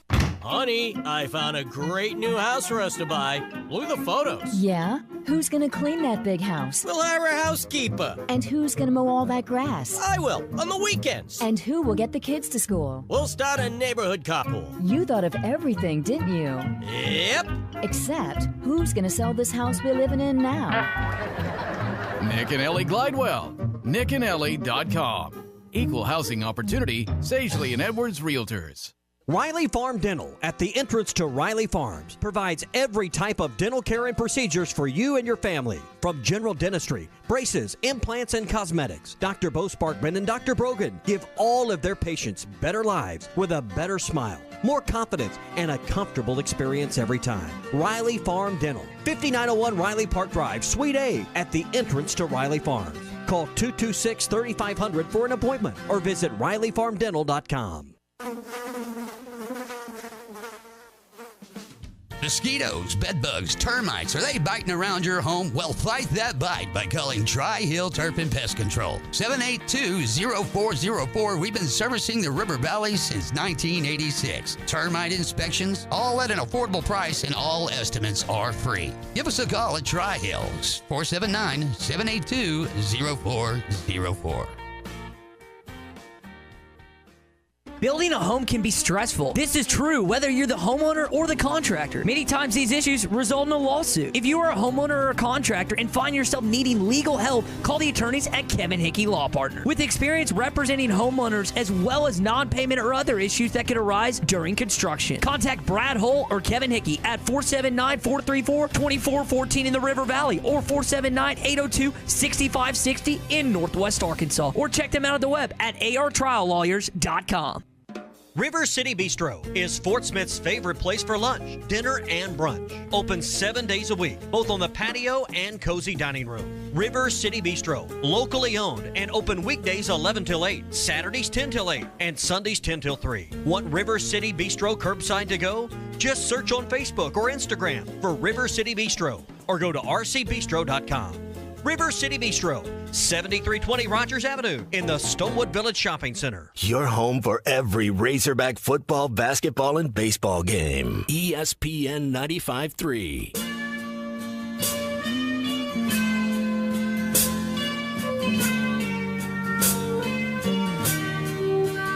Good morning to the Morning Rush, everybody. Arkansas with the ball. Williams, right wing, three-pointer good. What a clutch shot. Jalen with the three. The Hawks go up by 4.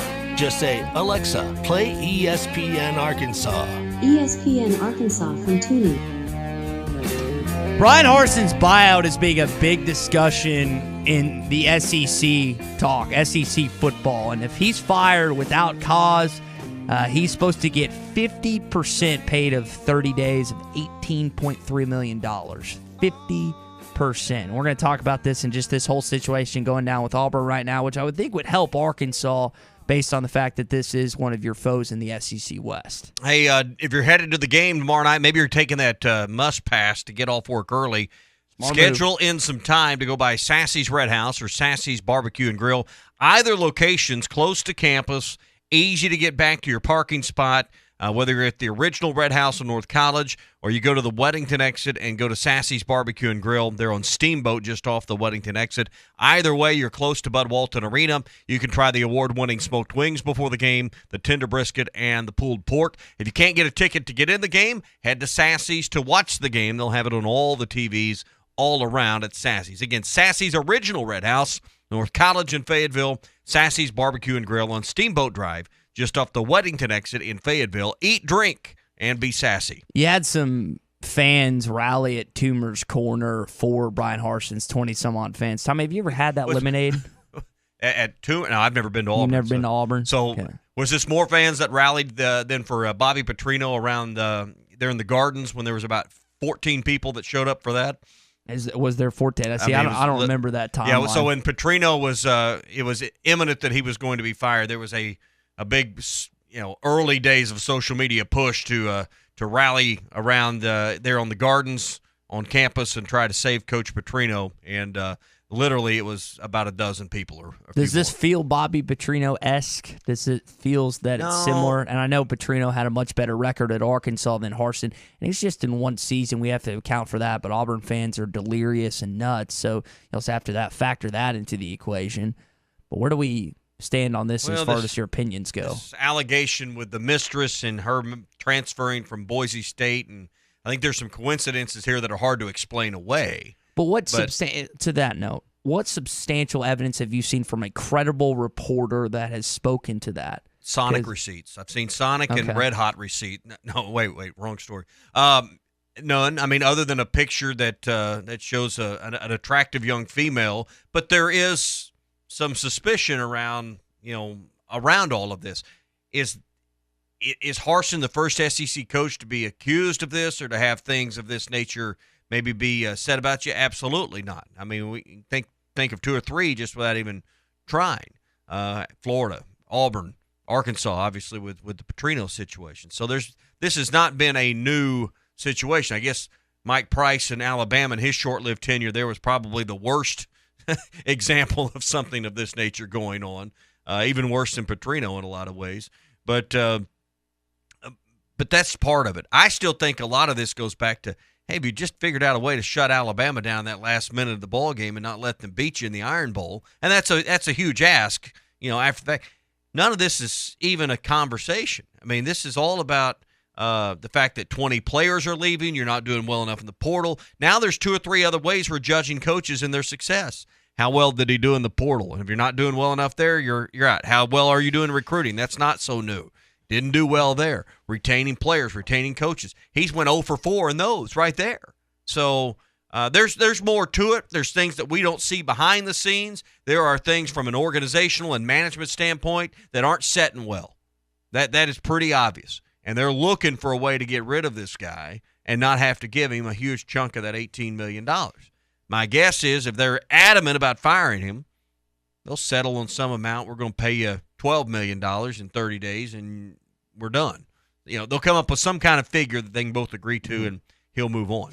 Pete Thamel, ESPN, who's now working for ESPN, was working for Yahoo Sports, says Auburn Athletics Director Alan Green met with 7 or 8 players this evening to address the uncertainty about his future. There have been a couple players that have come out and said that Brian Harsin didn't exactly have the best coaching techniques. And I always wonder, when you see stuff like this, I mean, I was yelled at in middle school and high school, probably not to the same gravity that some of these college coaches. I mean, we see certain coaches on this campus, they get animated and angry at certain players, and they cuss at players. That's just part of it. I've got cussed at before.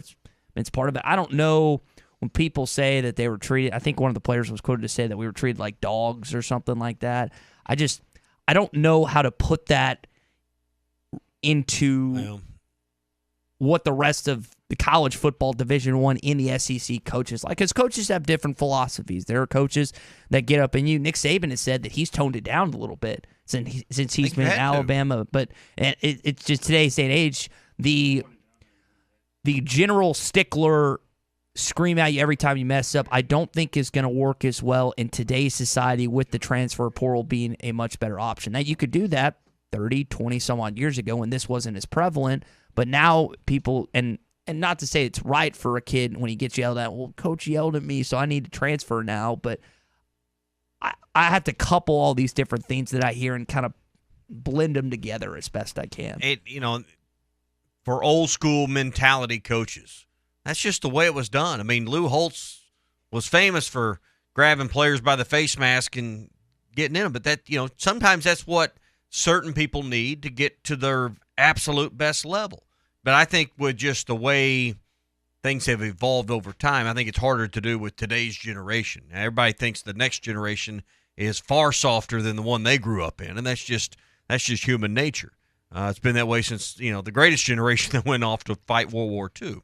But in the end, player abuse and all of those always seem to be central when a school is trying to get rid of a coach. That is always, and it's hard to prove one way or the other because it's all about hearsay. But there's no question and there's no argument about the number of players that have left. And the question is, why have 20 players and so many, 5 on the staff, found their way to get away from Brian Harsin? That's the troubling thing right now with Auburn. Nick Saban has got to complain about being verbally abusive in his time at Alabama. Have we heard anything about that? Not publicly. Winning cures all. A lot of that stuff gets hushed under the rug when you win, and I think that every one of you listening right now would probably agree with that. Whether right or wrong, that's just how it works in the reality that we live in today. Let's welcome in Tom Murphy into the program this morning, Arkansas Democrat Gazette, Whole Hog Sports. Tom, the AP poll is going to come out in a little bit, and I think it's either 11 or 12 o'clock. And I did see that a good chunk of teams above Arkansas had lost.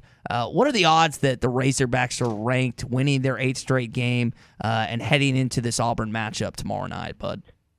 I think a very strong chance. I know Bob had them like a 25th last week, and when you start getting votes and people look at the teams at the bottom of the poll, because I do this in football, you're looking at the teams at the bottom of the poll and say, okay, it's time for them to fall out. Then you start looking at teams to jump up there, and you start getting, a little bit of national headlines and stuff when you've won 8 in a row, and when you're in the top, 3, you're tied for 3rd in the conference. You deserve some recognition, and their home loss to Vanderbilt was not a pretty thing. But can you imagine if they had won that, they'd be in 2nd place. Mm-hmm. Yeah, and I think 20, 21, and 25, and I don't know, but I think they all lost this weekend. LSU was one of those teams that lost to Vandy. So there were 3 of the last 5 teams in the poll that did take a defeat Saturday. So maybe the door is open for Arkansas. Yeah, I think it is. And on a side note, what's happened to LSU? Them and Texas A&M got off to such great starts in overall and in the league, and both of them are really, really reeling right now. Don't you just feel bad for Will Wade, Tommy, and what's happening with that program? Breaks my heart. Right here at Valentine's Day, a week from today, it just breaks my heart. Achy, breaky heart. Now, Tom, I want to look to this matchup tomorrow night. Walker Kessler and Jalen Williams, they played each other in high school. These are 2 of the best 3 big men in the league. These 2. Then you also got Oscar Tashibwe at Kentucky. And I think in order for Arkansas to win this game, Jalen has to win tomorrow night. When you look at him as a true freshman coming out of Northside to where he is now as one of the best big men in this league, what's the biggest improvement that you've noticed from Jalen's game? Gosh, all around for starters, and part 2 of that is he went from being you remember at the start of last year, he was getting, minutes here and there, but it's like he and Devo Davis, when they emerged midway, that's kind of when the winning streak started.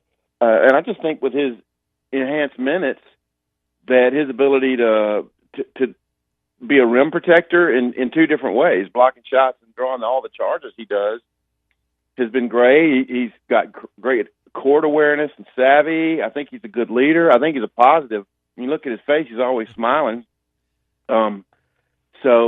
He's just a great guy to have on your team, and he has got to stay out of foul trouble against Auburn, no question. So we were kind of trying to predict the chess match tomorrow night, tempo of the game, how many threes Arkansas takes. Can you get Kessler in foul trouble? What do you think will be central to the game plan? Arkansas only made 4 3-point baskets. That doesn't appear like that will work against a team like Auburn. I don't know how much you can drive and get to the rim with Kessler in there.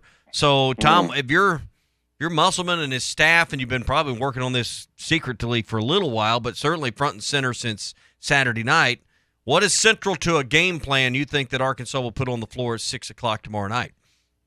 Well, you can't stray away from who you are, and so that does mean you have to drive strong, try to drive into his body, try to get fouls. He's going to get his hands on some shots, and you drive into him, and then the guy who's, say if you're J.D. Note, you drive in there and draw some pressure or draw him, then you can dish to Jalen Williams or his man.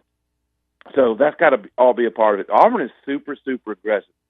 If you guys remember, I said Thursday, this Mississippi State game, it is going to be very physical. And boy, was it. I was listening to the Mississippi State broadcast, and Richard Williamson, the former Mississippi State coach, said at one point, this is about the most physical game I've ever seen. There was fouls called, but, man, there was so much contact that wasn't called. And I think you're going to see the same thing in this game. I was disappointed to see there was a no call at the end of the Auburn game because Green, barreled into Eder and knocked him over. And, it's just one of those calls that sometimes the number 1 team or the conference power seems to get. Aren't we secretly glad they didn't call? We really don't want Auburn coming to Fayetteville off a loss. Well, I get your point.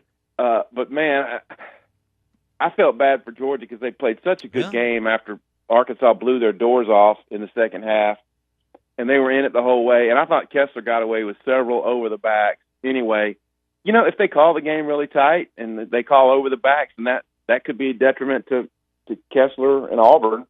And Arkansas has got to limit Auburn's 3-point shooting, because that's how they get on these runouts and blowouts when they're hot from 3-point range. But they present multiple problems. Who's going to stop Johnson, and who's going to guard Smith? I mean, they've got talent all over the floor for sure. Tom Murphy with us here on the Morning Rush. Tom, Connor Vanover, he's back after missing 2 games. His coach said it wasn't due to COVID, it was something else. But you look at this matchup, you've got 7-1 Walker Kessler, who I think is going to be Jalen Williams' main man the majority of the night. But let's say Jalen gets into foul trouble or needs a spell. It's mainly been Kamani Johnson that's come in. Kamani only ranges about 6'7", 6'8". What are the odds we see Connor get some minutes tomorrow night just for a matchup situation? Well, if he's got his stamina built back up from the illness, then there's a chance. And, maybe you can expend a few fouls, just trying to be physical with Kessler. But Kessler's just so much more built up in his upper body than Connor. And it's the quick reaction time things that Connor seems to have an issue with, like rebounds that are kind of 50-50 balls. Sometimes people just beat him to the mark.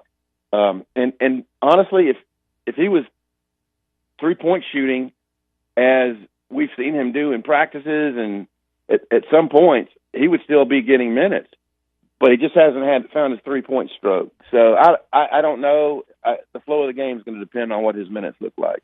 Tom, I also am thinking about just tomorrow night, the atmosphere we're going to see. Ask Tommy, he thinks there's going to be about 17,000. It's a 6 o'clock tip. There's high school basketball tomorrow night. The weather, you're up in Northwest Arkansas. There's still, when I left, there was still a little bit of ice, but what kind of crowd, with it being a whiteout, with it being the number 1 team in the country that's never stepped foot into Bud Walton Arena, what kind of atmosphere are we expecting tomorrow night? Oh, man, I expect a wild atmosphere. And, I mean, it's hard to put a finger on the numbers, but, you've seen the thing going around where they're asking companies to let employees off early so they can fill up the arena earlier because of the 6 o'clock tip. So it's going to be a madhouse. And of course, ESPN wants them to still be undefeated when Saturday rolls around against A&M. So they have game day down in Auburn. Yeah. But we'll see. I think this is going to be, Auburn cannot afford to have the same type of effort they've had in their last 2 games. They really skeeched one out against Missouri, and the same against Georgia, their last 2 road games. And if they have the same effort here, I think they'll get beat.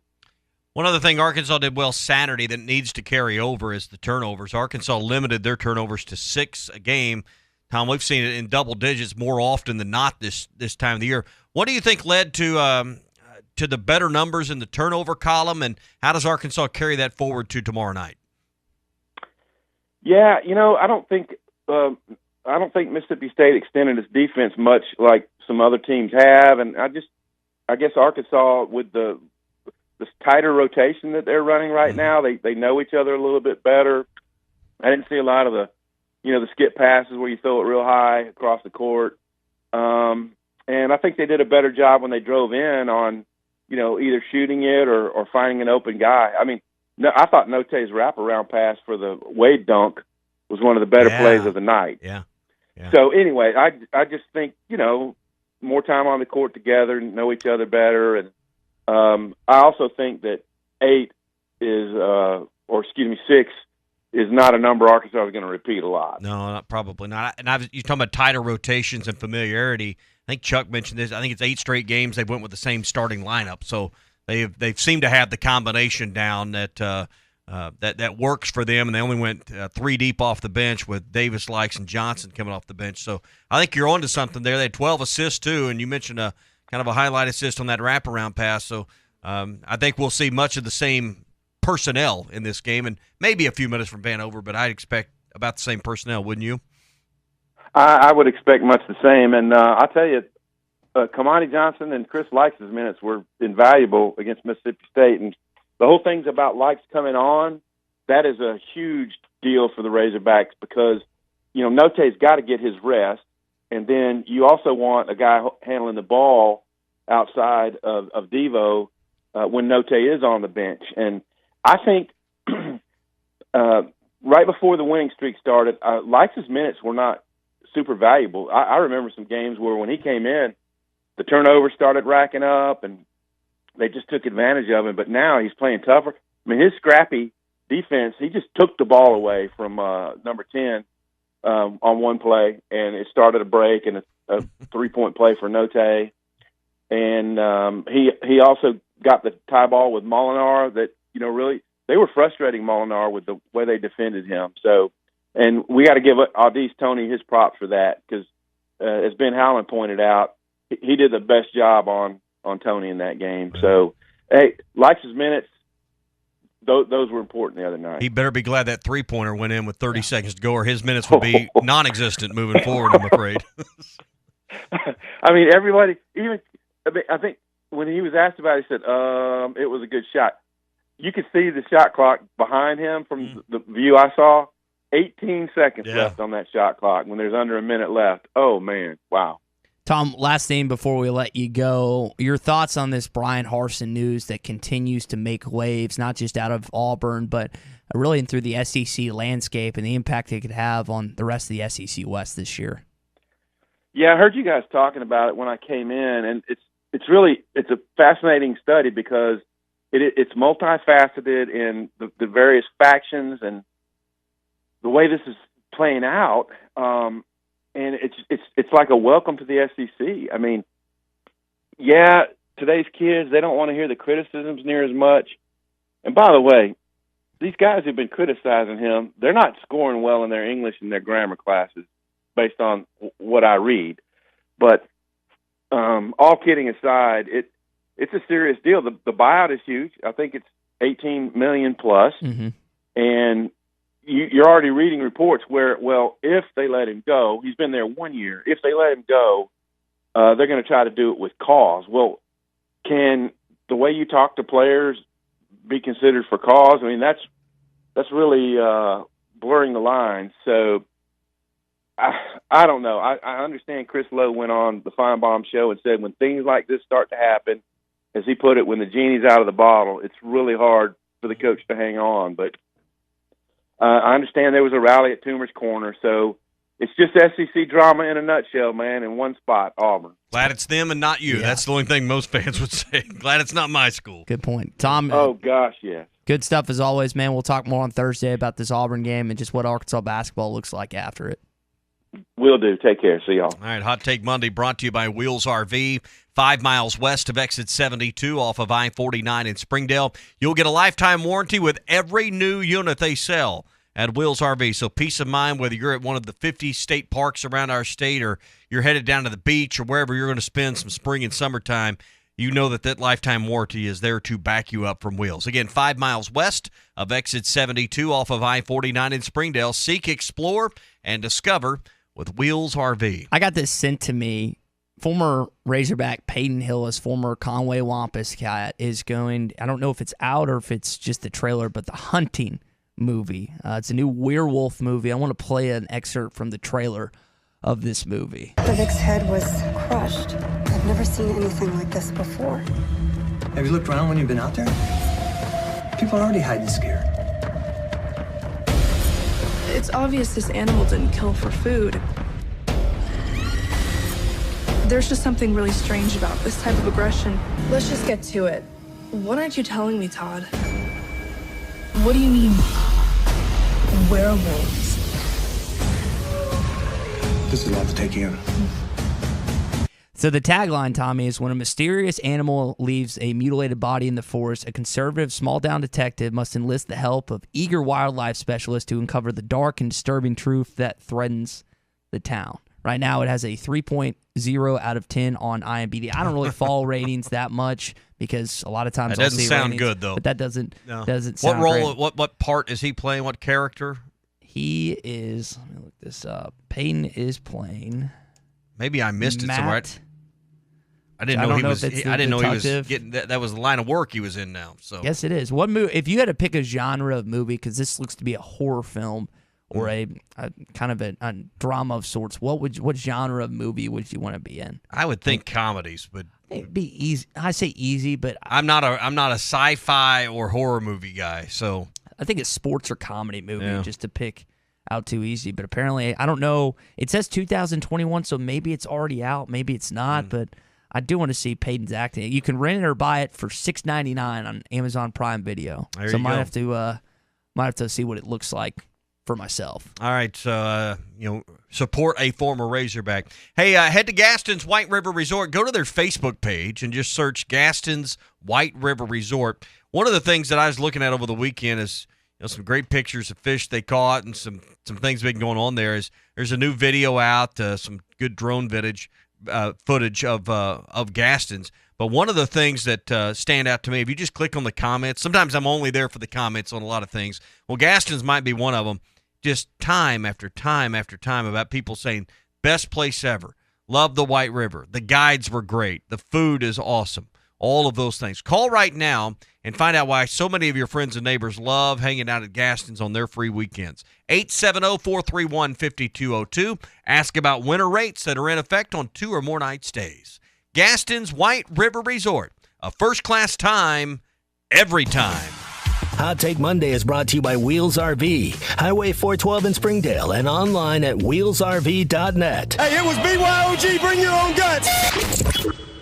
The temperatures may be cooling down, but at Wheels RV in Northwest Arkansas, the deals are still red hot. Whether you are enjoying one of over 50 state parks or tailgating with your favorite team, Wheels has the right RV to help you enjoy fall in the natural state. And at Wheels RV, every new unit comes with a lifetime warranty. So get out to Wheels and see why they were voted best RV dealership in Northwest Arkansas. Wheels RV, 5 miles west of exit 72 off I-49 in Springdale. Seek, explore, discover with Wheels RV.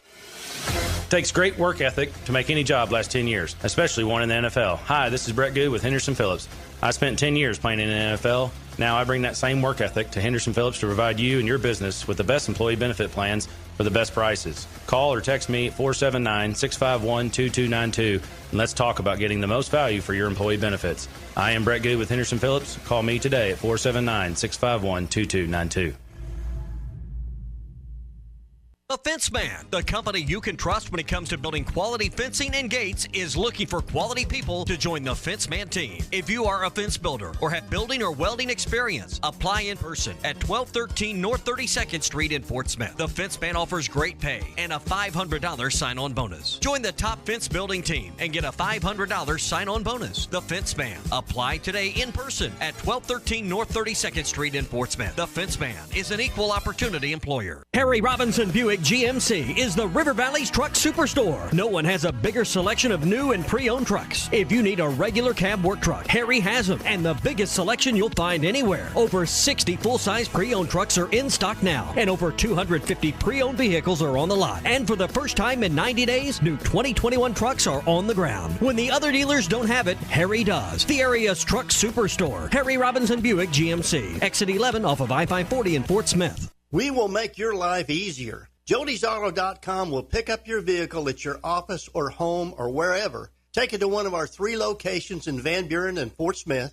Perform any service your vehicle will ever need and deliver your vehicle back to you. Hi, Kim Bircher with Jody'sAuto.com.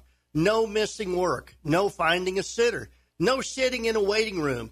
No wasting your precious time that you don't have. Many of our customers tell us, you're saving me money. Pickup and delivery, it's free when you spend $75 and only $10 if less. With our 3 oil change specials, you're going to find adding $10 will mean nothing. And we always have free shuttle service.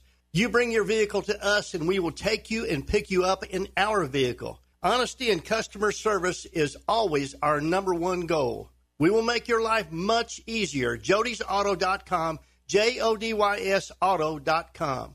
This is Bruce Stanton, Vice President and General Manager of Pradco Fishing in Fort Smith. Our #1 volume lure out of our 20 fishing brands is the Bobby Garland Baby Shad. We make them by the millions in our facility in Fort Smith, and the Baby Shad is without a doubt the #1 soft plastic crappie lure in the U.S. Fish it on a light jig head or underneath a float, and you'll find it's as productive as live bait. Available at Walmart, Bass Pro Shops, Academy, LureNet.com, and tackle stores all over the place. The Bobby Garland Baby Shad. Locally owned Lumber One can handle all of your building needs. They've built their business on having great relationships with everybody from contractors and builders to the everyday build-it-yourself. Lumber One is a full-line door shop to handle all of your door, window, and trim needs. And along with lumber, roofing and drywall products, attic wall and floor insulation is available. Lumber One also does blueprint takeoff with access to design services with estimates available. So go where the pros go. Lumber One, located on Industrial Park Road in Van Buren. Doe's Eat Place, serving award-winning steaks, has now added lobster tail and salmon to the menu. You can also enjoy delicious appetizers along with your choice of drinks from the largest selection of wines, beer, and liquor in the River Valley. Doe's Eat Place is open Tuesday through Thursday 5 till 9 and Friday and Saturday 5 till 10. Reservations are recommended. Call 784-9111. That's 784-9111. Doe's Eat Place, 422 North 3rd Street, Fort Smith. Family first. My dad used to tell us that all the time. But family first wasn't just something he'd say to us. It was how he lived every day of his life. And it's how I try to live mine too. At Shelter Insurance, our agents are dedicated to helping provide personalized auto, home, and life protection that puts your family first. Ask Shelter Insurance agents Randy Milam in Alma or Brad Howell in Van Buren about a free insurance review. Inventory shortage? Not here. Wheeler Power Sports has its own showroom packed with brand new units. They have a great selection of Kawasaki bikes featuring the Ninja Z900, the KLR 650, and the Ninja 400. Wheeler Power Sports has everyone covered for all ages and all the gear and protection to keep them safe. Looking for that side-by-side or ATV for this spring? Wheeler Power Sports has the best in-stock selection in the area, and they can special order to fulfill your need. Wheeler Power Sports, keeping the good times rolling since 1967.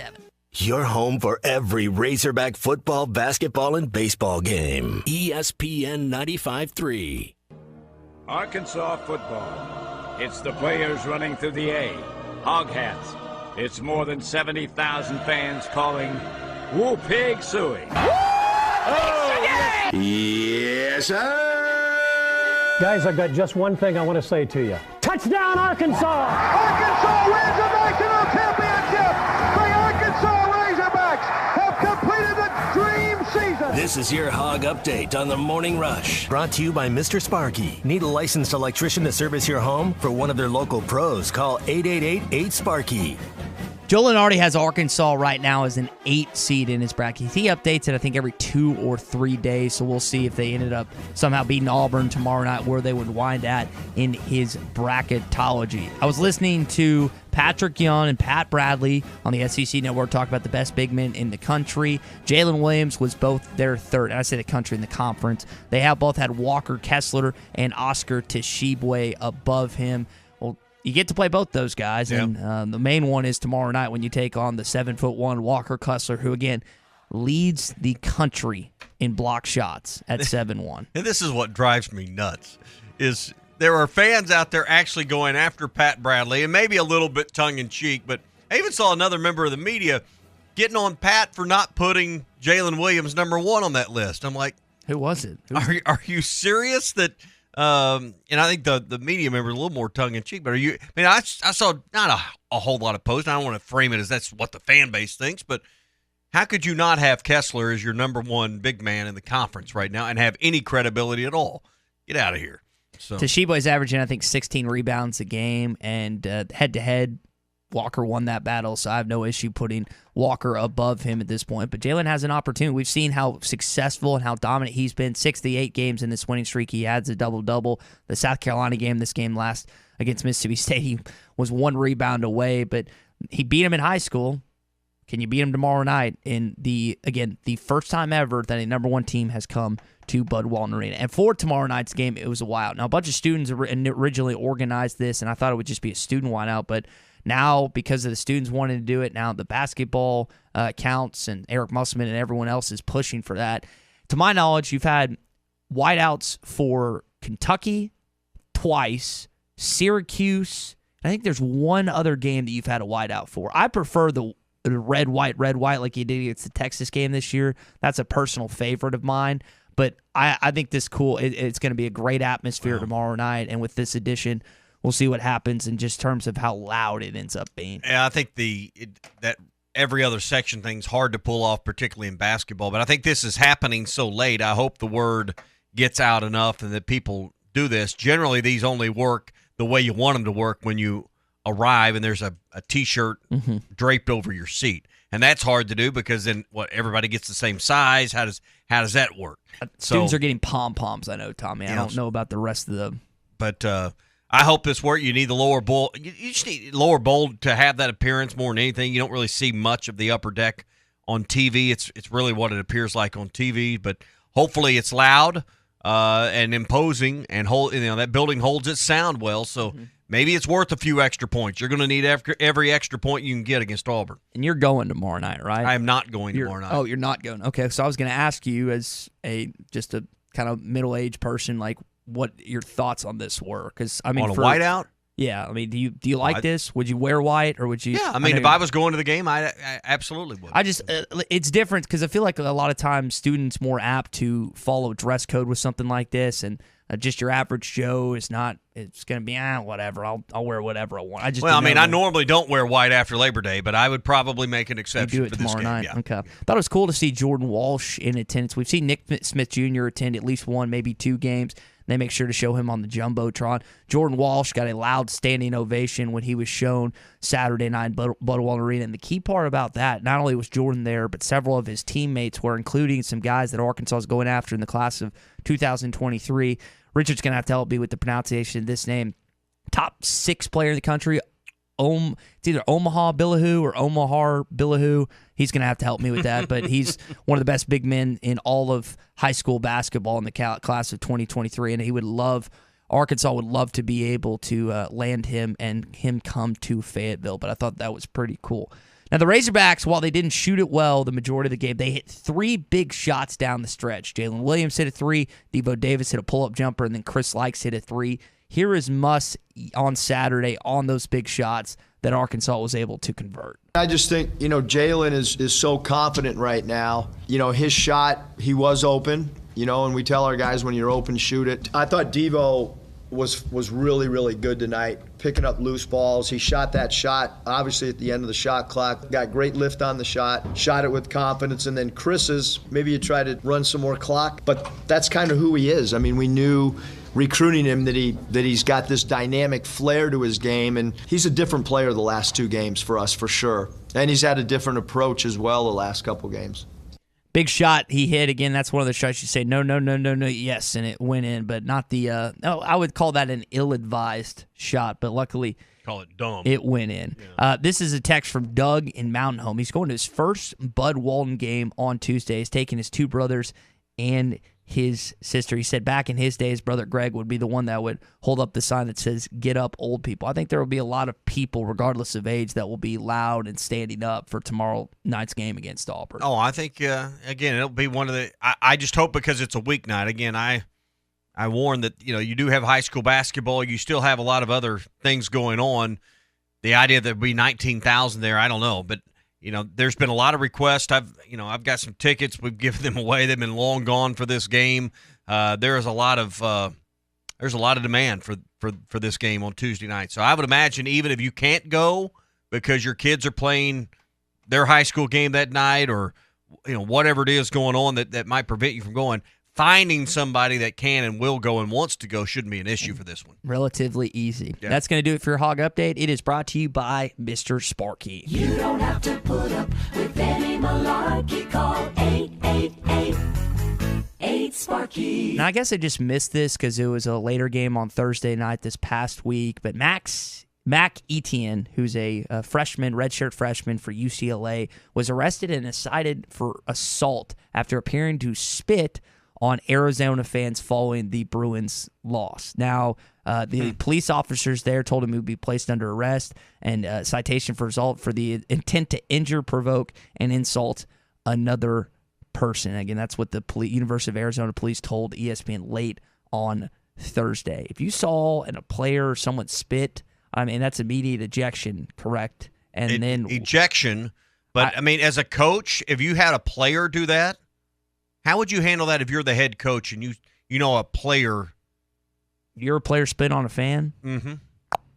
I would think an immediate suspension would probably be. I don't know if you could kick him. I doubt Mac gets kicked off the team, but, he's up for, again, cited for assault. The video is pretty clear as day. It looks like he's... That's about as bad a thing as you can do is intentionally spit on somebody. Yeah.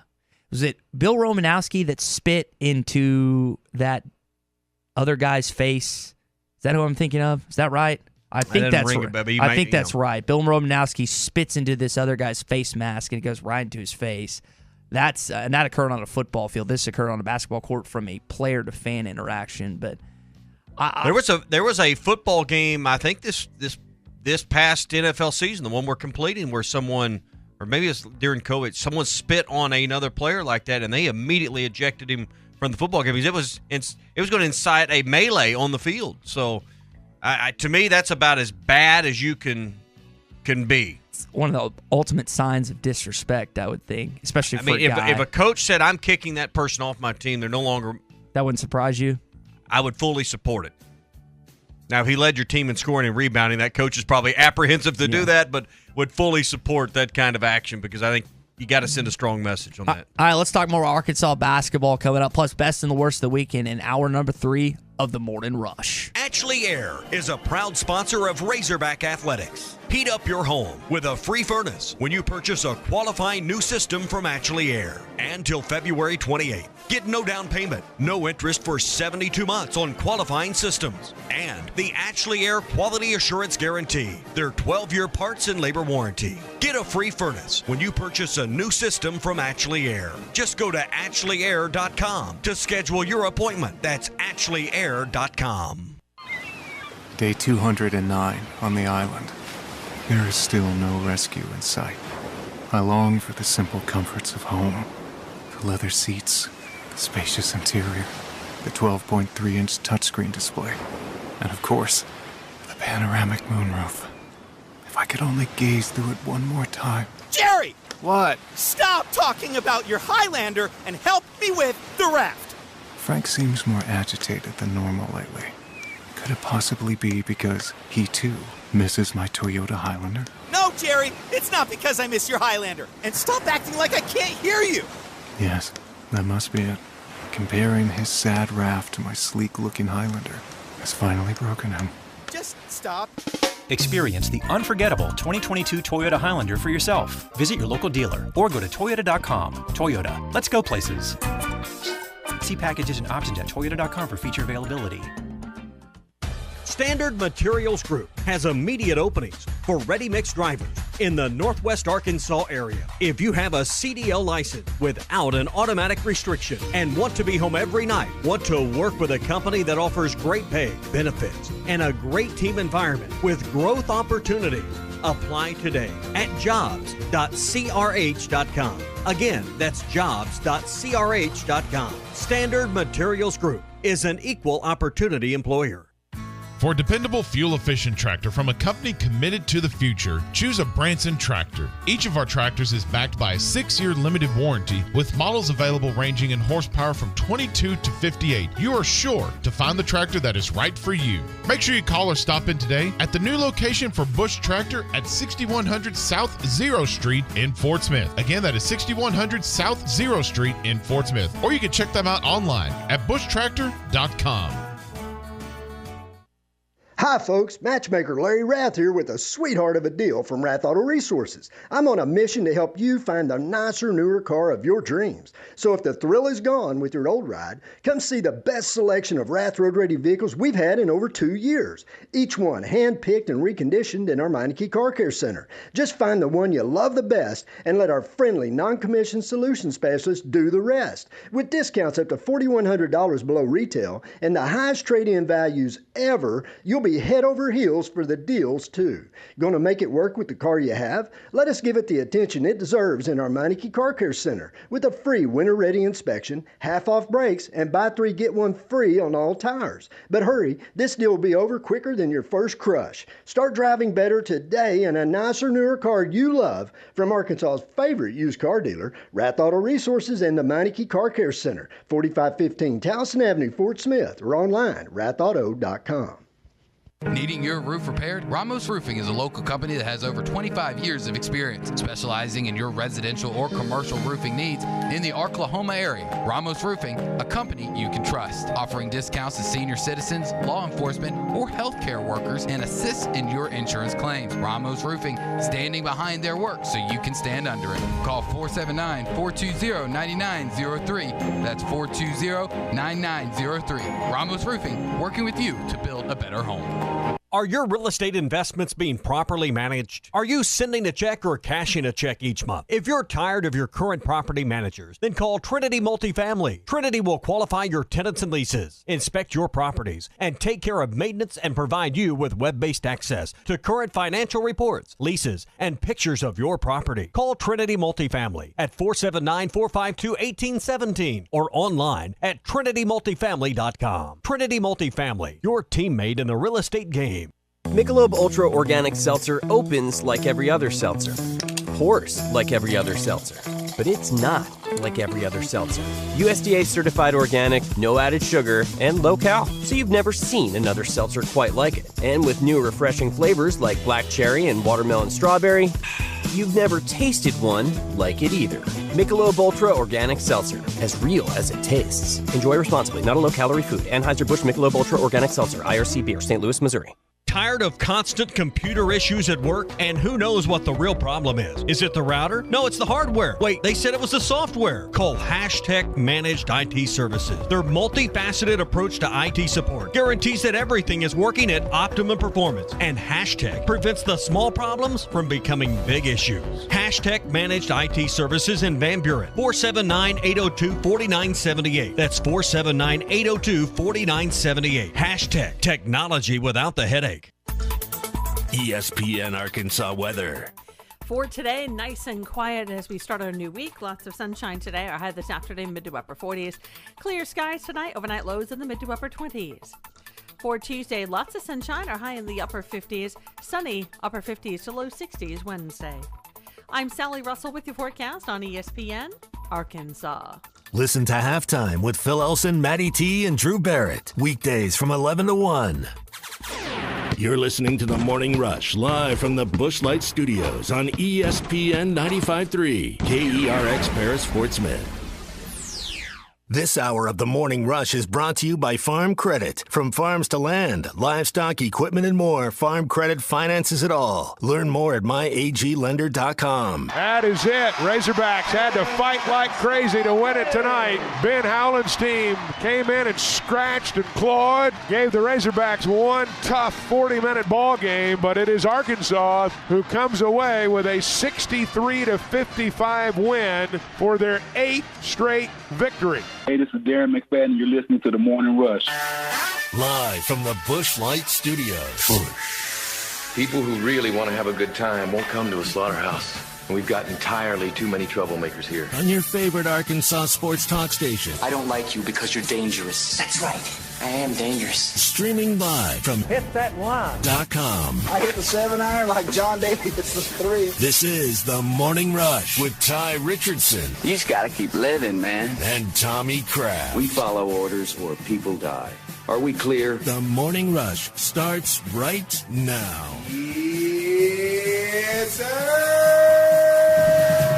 It's a really fun atmosphere in Bud Walton Arena on Saturday night as the Arkansas Razorbacks defeated the Mississippi State Bulldogs 63-55. And I would expect you're going to see it ratchet up even more with the number one team coming in to your house. Arkansas continues to move up the net rankings as they've reached 8 straight wins. This basketball program is hot right now, and I want to talk about it coming up. Hot Take Monday always brought to you by Wheels RV, which is 5 miles west of exit 72 off of I-49 in Springdale. Look for the big Tawny Town water tower. Right underneath that, you'll find Wheels RV. They have storage, they have service, they got selection, great prices, and low interest rates right now, and a lifetime warranty on every new RV they sell. It's all at Wheels RV, again, 5 miles west of exit 72, off of I-49 in Springdale. Seek, explore, discover with Wheels RV. LSU is the opposite of Arkansas right now as a basketball program. They've lost 6 of their last 7. They got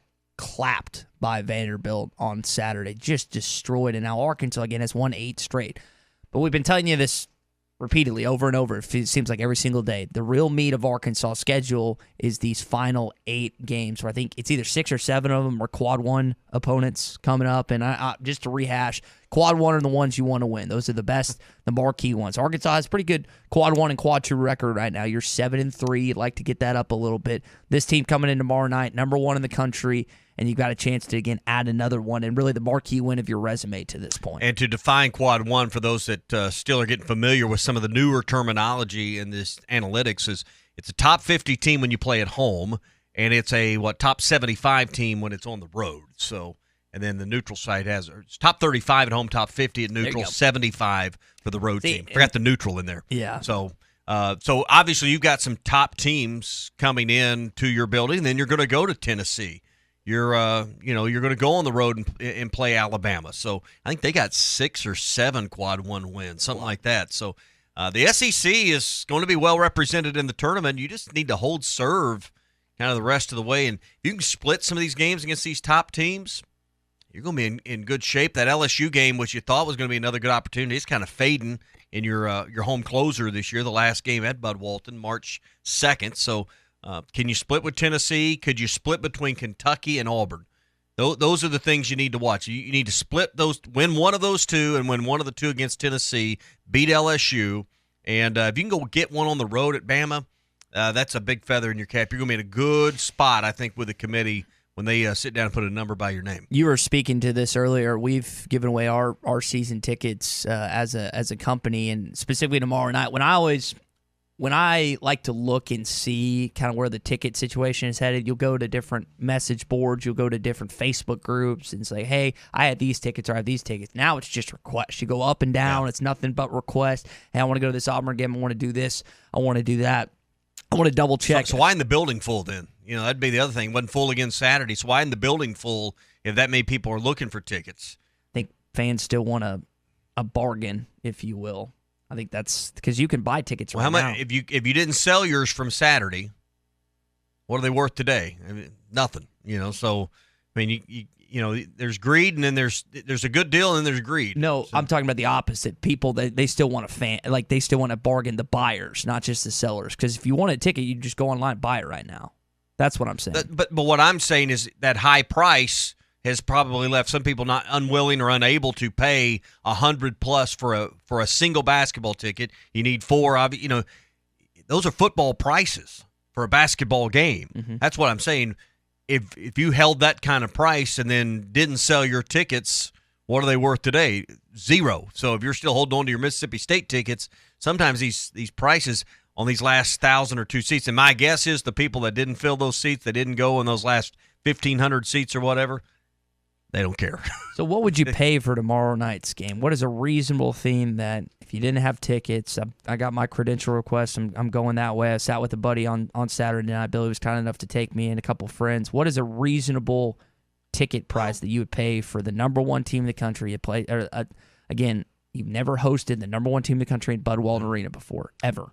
Which is obviously seat location plays into this, but let's just say it's on a scale of 1 to 10, 10 being mid-court, 15 rows up, and 1 being upper deck corner. Let's just say it's a 6 or a 7. It's a decent seat. It's lower level corner. It's upper deck side court, whatever.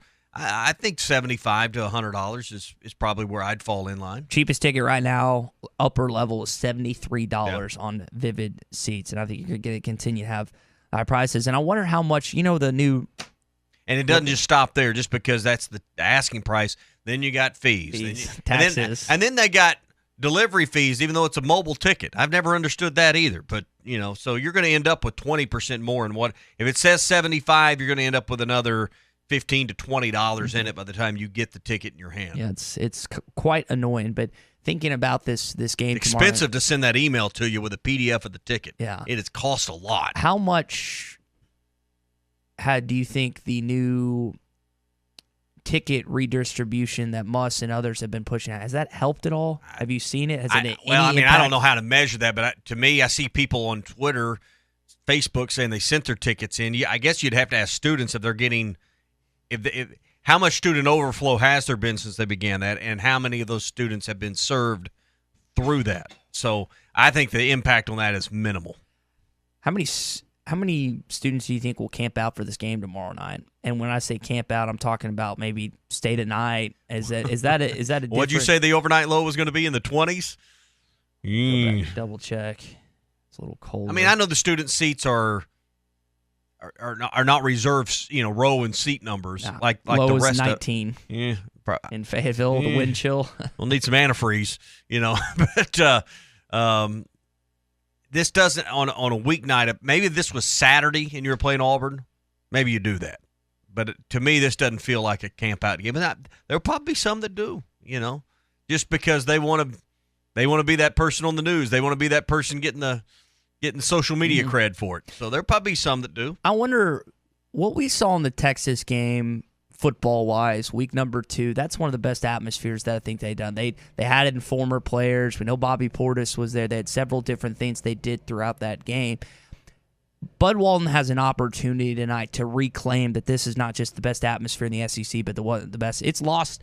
I'm not one of those people that agrees with that Sports Illustrated article that says that like Bud Walton, he didn't say dead. I can't remember. I don't want to misquote the author in saying that, but I think this is a sense of pride for this fan base tomorrow night. It's not just about the team that's playing the number 1 team in the country, but you want to reestablish that this is the best atmosphere in the SEC, and it's not close. Because Auburn Arena has taken some of that from you this year. They just have, because they're really good. They're the number 1 team in the country. Their student section's nuts. The better camera angle, blah, blah, blah, blah, blah.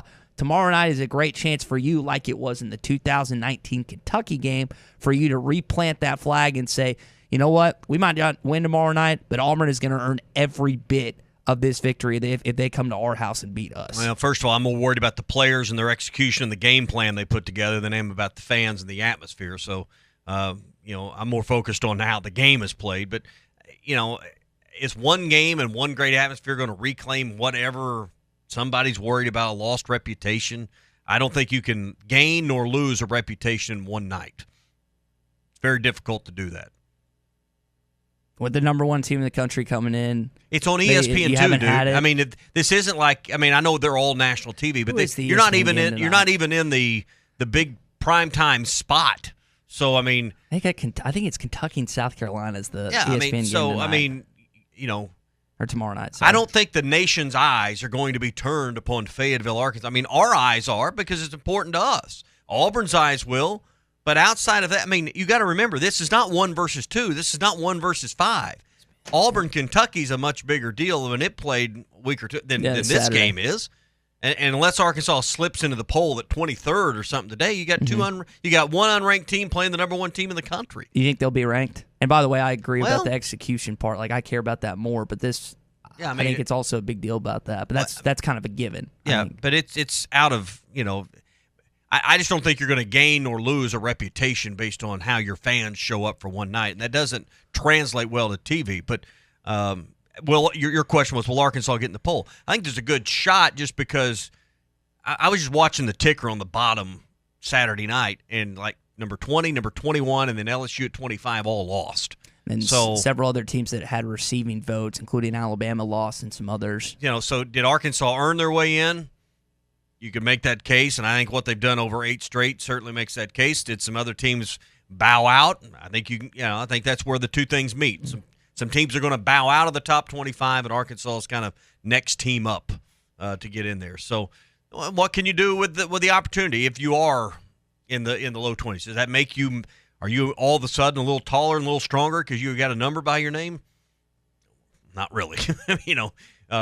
Let's see where you're at. Their net rankings are coming up. Those are the things that really matter. All the metrics are headed in the right direction. The conference is well respected this year. So when do they do these guys go out and execute? When do they do the top 16 seeds? Remember they did that last year? They did one round of that, I thought, already. And I think they do another update on that here pretty soon. Was that Lenardi or was that the actual official? The committee put out their first projections. Did they do that? Yeah. Okay, then I guess I just haven't seen. I must have missed that. But we didn't pay a lot of attention to it because Arkansas wasn't sniffing it. Correct. They were again the number 1 3 seed this past year, and people thought they should have, if they maybe had won the tournament or whatever, been on the 2 line. But you're getting closer, and again, a win tomorrow night would be able to inch you closer into that conversation. Lenardi right now has you as an 8 seed. You just want to avoid that number 1. You don't want to get on that 8-9 line.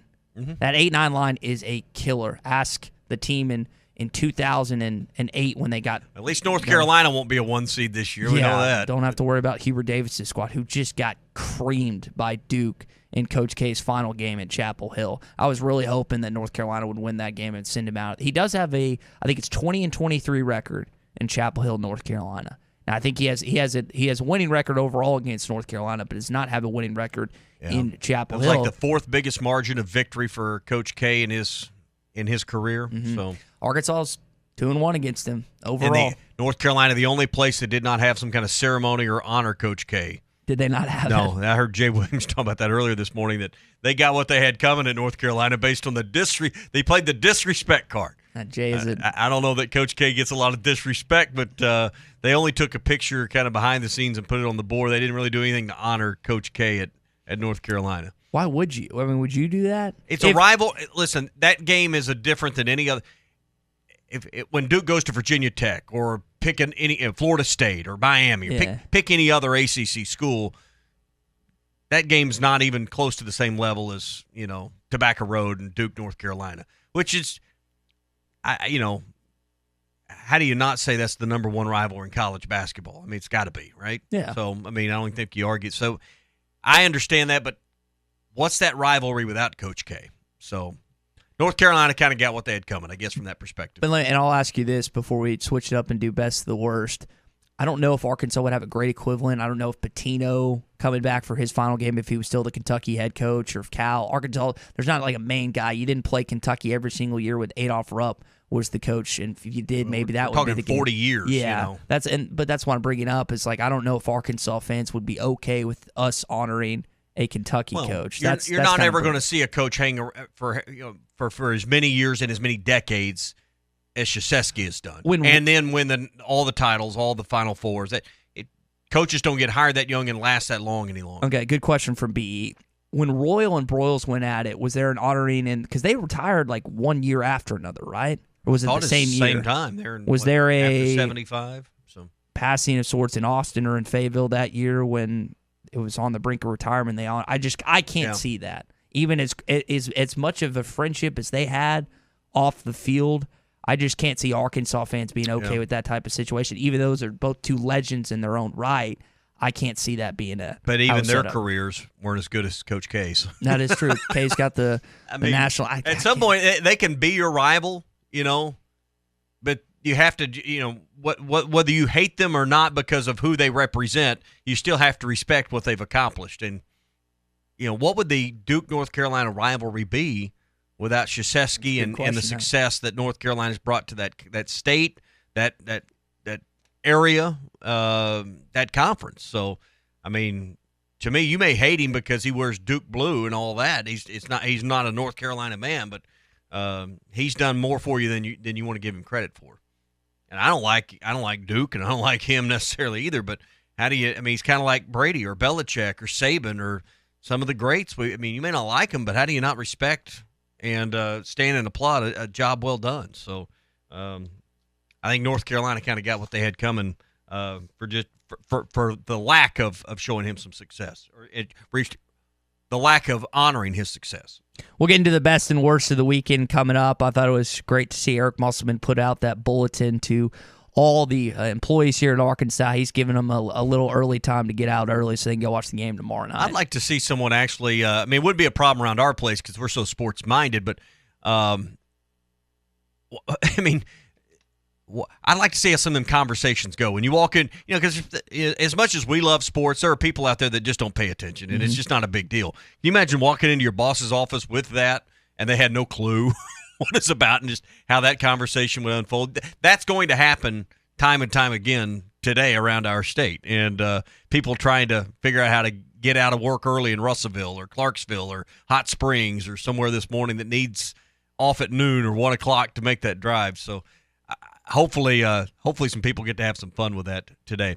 Hey, if you're going fishing this coming next few days, now it's warming back up. It's a little more manageable to be out on the White River or the North Fork, or if you're headed to the lake, you can do that as well, whether it's Beaver, Table Rock, Ouachita. Hey, take along the Smithwick Original Suspended Rattling Rogue. This is the #1 rogue that'll help you catch fish because it stays in the strike zone longer. And you can work it extremely slow or work it fast in a heavy current as well. This rogue will suspend in the strike zone longer, helping you catch more fish. Look for it on the shelf. You'll find it at Walmart, Bass Pro Shops, Academy, online at lurenet.com, and tackle stores all over the place. The Smithwick Original Suspending Rattling Rogue. It was the best of times.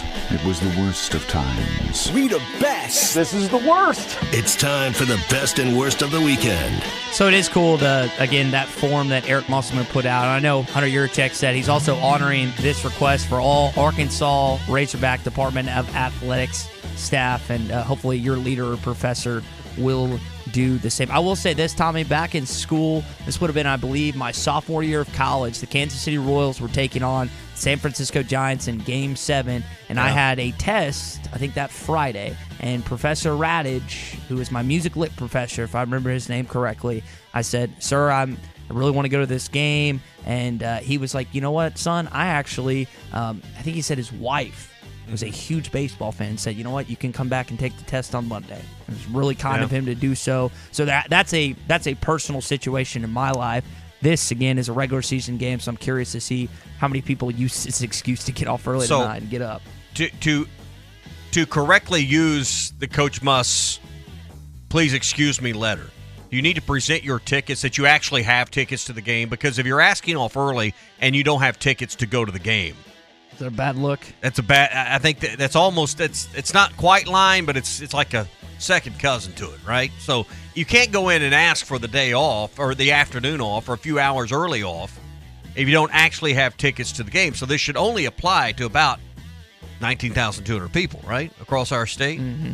You don't get the excuse to get off early to go home and watch it on TV. No. I don't think that works. How many people live, unless you live more than an hour from home?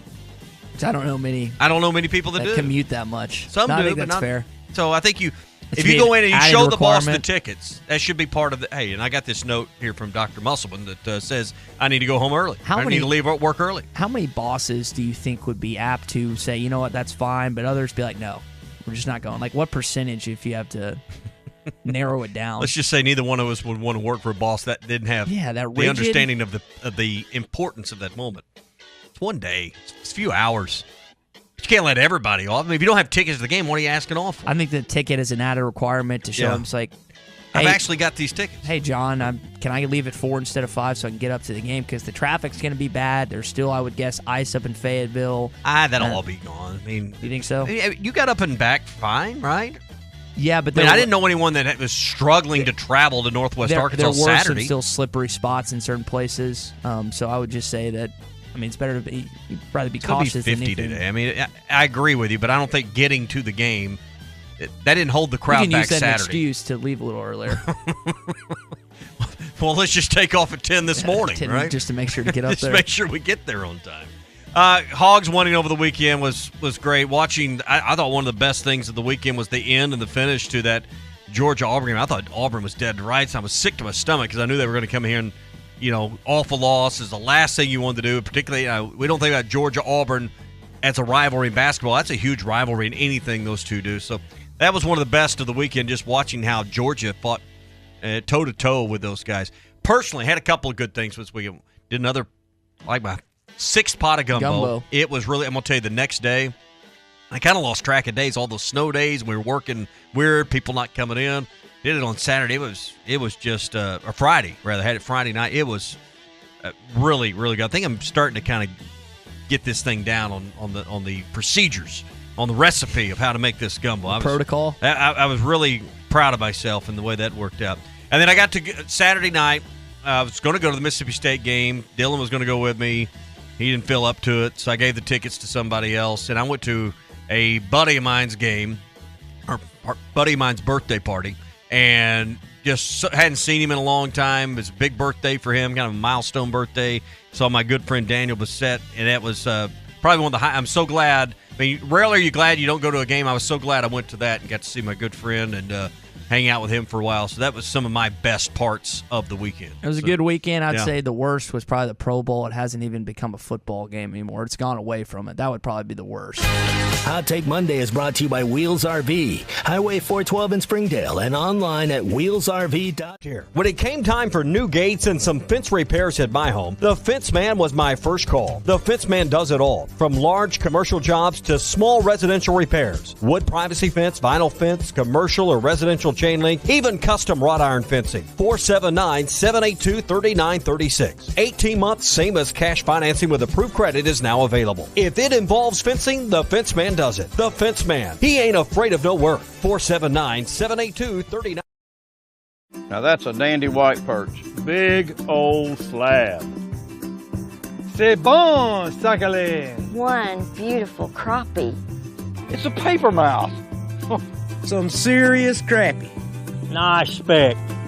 We got crappies. They might go by different names, but all prefer the same thing. Bobby Garland, America's favorite white perch, slab, sockeye, papermouth, crappie, speck, crappie baits. I call it dinner. The phrase in dire straits originated in the 1400s from sailors having to carefully navigate their vessels through narrow passages to avoid a shipwreck. So Far Away from Dire Straits is a song lamenting the struggle of a long-distance relationship over the phone. Mark Knopfler said, "It's a joke. It can't really be done over a long period of time because you both get exhausted with it. Sin has put us in dire straits with God, and that's why He feels so far away."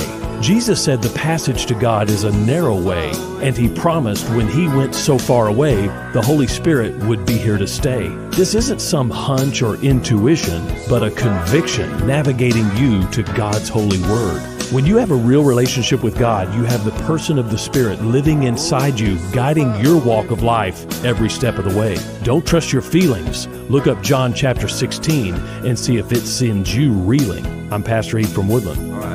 Read about it.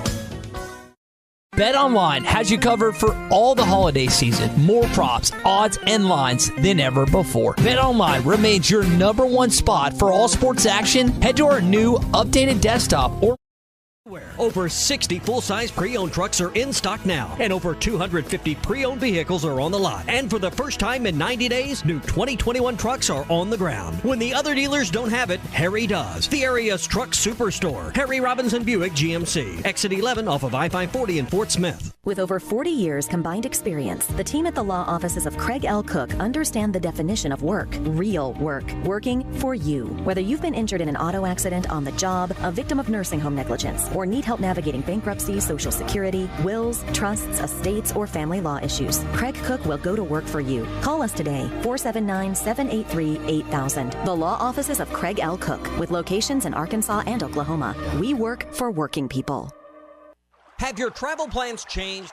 Looking for a place that's close to home and keep your family safe? Gaston's White River Resort is located on the beautiful White River. They offer private accommodations in their lodges and cabins. Most cabins have a fully equipped kitchen, or let their restaurant staff deliver to your cabin. Call 870-431-5202 and change your plans to Gaston's White River Resort. Gaston's White River Resort, a first-class time every time. You have a job, kids, and a million things to do in no time, and now your car needs to be serviced or fixed or tires? Jody'sAuto.com will make your life easier. Free shuttle service. Pickup delivery service free when you spend $75 and only $10 if less. Jody'sAuto.com will make your life easier and take better care of your vehicle at the same time. Hi, Kim Bircher. See, the thing is, Jody'sAuto.com does everything. Everyday oil change specials. Tires are price matched, including the warehouse clubs and all the best brands. Any services, brakes, alignments,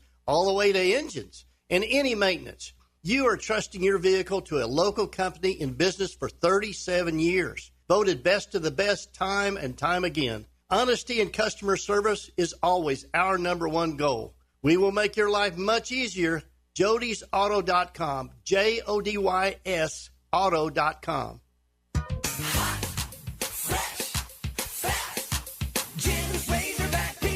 Do you remember the joy you felt as a kid about pizza night? Remember how good it smelled? You could taste it even before you opened the box. And then that first bite. It was so good. Be the supper time savior. Order Jim's Razorback Pizza now. 434-3456. The best pizza in Fort Smith, or it's free.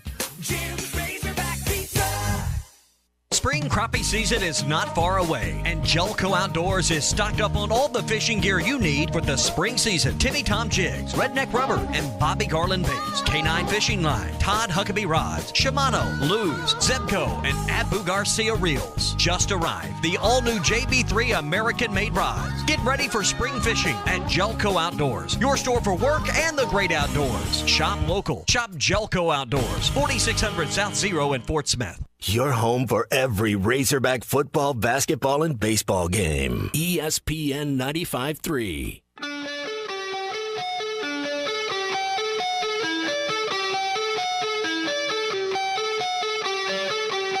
The Morning Rush with Ty Richardson and Tommy Kraft. They want him to foul now. They got to foul. Oh, Lights is going to shoot a three, and he buried it. Oh, my gosh.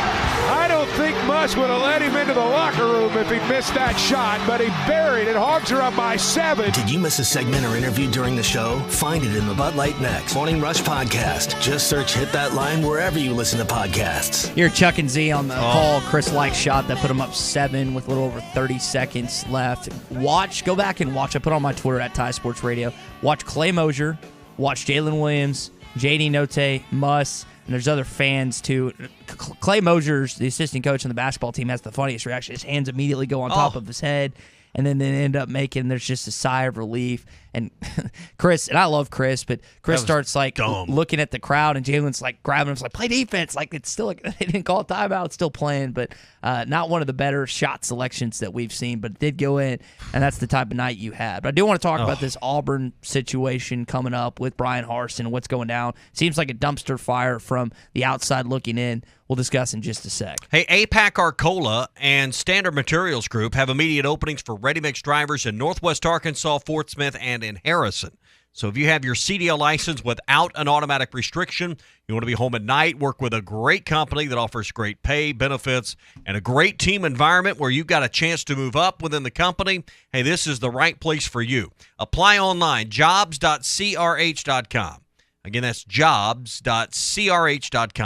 APAC Arcola and Standard Materials Group, they are equal opportunity employers. This feels a lot like Jeremy Pruitt to me. I felt like in Knoxville they were trying to dig up evidence of wrongdoings during his tenure to fire him with cause. And I feel like these last couple of days, that's what the Auburn people are trying to do with Brian Harsin and figure something out. Because if he's fired with cause, Tommy, he's supposed to get over $9 million of his $18.3 million buyout within 30 days, similar to Gus Malzahn's structure back in the day. And this is also big news for not just him, but for Alan Green, who I think this is if he has to fire a coach probably without cause, and I don't see any way really that Harsin's back for the 22 campaign. I mean, that bridge is smoldering right now, and the trust between the two sides is gone.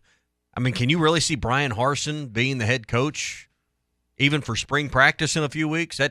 That seems unlikely at this point for me. But for Alan Green, what's the number one job? I've always said the number one job of any athletic director anywhere is to hire your football coach.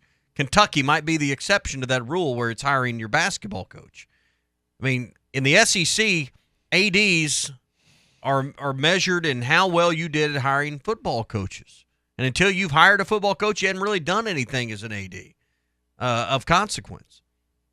His job's on the line here, too. And then how Auburn handles this, how Alan Green handles this, the perception both in the public and in the coaching circles behind the scenes are important here, because when Harsin's out the door, whether that's tomorrow or a week from tomorrow or whenever that is, somebody's got to move forward and hire a football coach again. And the reputation you're getting right now in the coaches community is going to determine, A, who is a real candidate, and B, how much are you going to have to pay? Because generally, these types of situations ratchet up the number because now you appear desperate.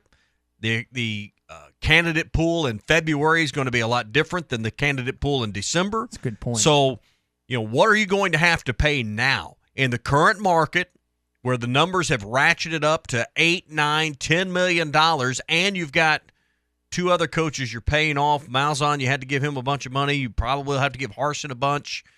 It's a tough spot Alan Green's in here at Auburn. Who do they go after? I was kind of, before bed last night, I was kicking this thought around in my head, and I was like, who would Auburn go out and get? And no name just immediately, and I know people sent me Urban Meyer, always joking. That's the common joke amongst SEC football fans is when a job but pops there's up. always usually some truth to it. When a joke pops up. Who would they go out and get? What is a name? What is they're not going down the Saban coaching tree because they're Auburn, so that kind of eliminates some of that, even though that's seemingly the way you'd want to be. Who would want to be in the same division with now Texas, Oklahoma, LSU, Alabama, I mean, A&M? I mean, it's a daunting task, and you might keep going. You can get to Arkansas's name there eventually. Bill O'Brien, I don't think he took an NFL job, did he? No, but again, you're going to hire someone that's a sitting coach at Alabama when you're Auburn. That's not the MO. Ryan in Prairie Grove says, "Let him burn." Well, for a while, I'd let him burn for a while. You don't feel bad about that? That is one of the more intriguing things, because what you just said, you put in perspective. Recruiting's done. Early signing day, it's done. What you get or what you have on campus is what you got. Auburn lost Bo Nix. You've got Calzada that transferred in. See what he ends up becoming as their quarterback, assuming he's a starter. If I'm, and there's a bunch of guys transferred out, they didn't hit the portal hard. If I'm a prospective head coach my agent's getting a call about maybe taking the Auburn job, I don't know what is going to happen. Here's a name that might throw into the mix there. Kendall Briles.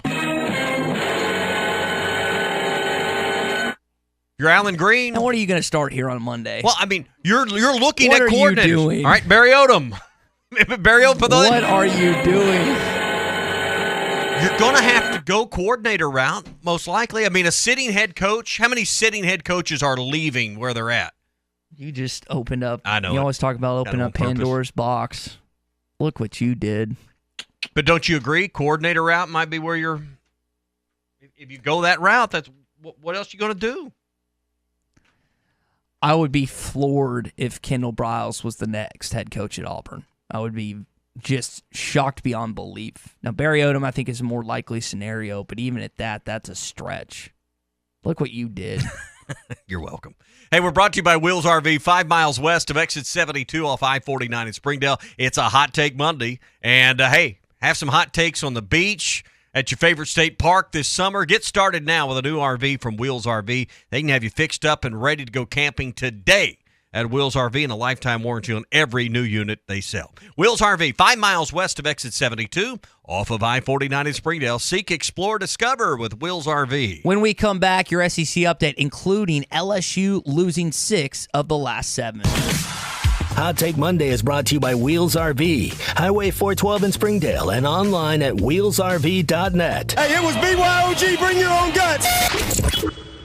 Make your backyard dreams a reality this summer with an in-ground pool from Burton Pools and Spas. Save $5,000 this month on select in-ground pools. And with payments starting at $290 a month, your own backyard oasis is not out of reach. Be one of the first 7 families to call and receive a free upgrade to a saltwater system, a nearly $2,000 value. Save $5,000 and get a free upgrade at Burton Pools and Spas in Springdale and in Fort Smith, and online at burtonpools.com. This is Bruce Stanton, Vice President and General Manager of Pradco Fishing in Fort Smith. Our #1 volume lure out of our 20 fishing brands is the Bobby Garland Baby Shad. We make them by the millions in our facility in Fort Smith, and the Baby Shad is without a doubt the #1 soft plastic crappie lure in the U.S. Fish it on a light jig head or underneath a float, and you'll find it's as productive as live bait. Available at Walmart, Bass Pro Shops, Academy, LureNet.com, and tackle stores all over the place. The Bobby Garland Baby Shad. See more and do more in a new 300 Series compact track loader from New Holland. Its industry-leading 360-degree visibility is truly something to see at Williams Tractor in Fayetteville, Berryville, and Bobcat in Northwest Arkansas. With its reverse camera and 8-inch multifunction LCD display, super boom lift technology, rock-solid stability, and redesigned controls, you'll work with greater speed, safety, and precision. Maximum productivity starts with a clear view. Stop by Williams Tractor in Fayetteville, Berryville, and Bobcat in Northwest Arkansas today and see how a new 300 Series compact track loader helps you do more. It's time to stop searching and start driving. Between February 16th and March 7th, get $70 reward card or virtual account after online submission. With the purchase of 4 new Michelin passenger or light truck tires, including the Michelin Cross Climate 2 tire. See MichelinMan.com for complete details. Offer expires March 7th, 2022. Void where prohibited. Come see us at Southern Tire Mart, just off I-540 exit 14 in Fort Smith today for quality tires and the best-in-class service. Get where you need to be with Michelin and Southern Tire Mart. Winter is actually a good time to paint. The paint store over here in Van Buren has the most popular colors on large sample boards so you can see the color in your home. Rather do some outside painting? Our low temperature application product allows you to paint down to 35 degrees. It's okay. Experience hometown customer service you won't get at a national brand and get free professional advice from our 34 years of experience. Come see Sue and her team at the paint store in Van Buren. Find us on the internet.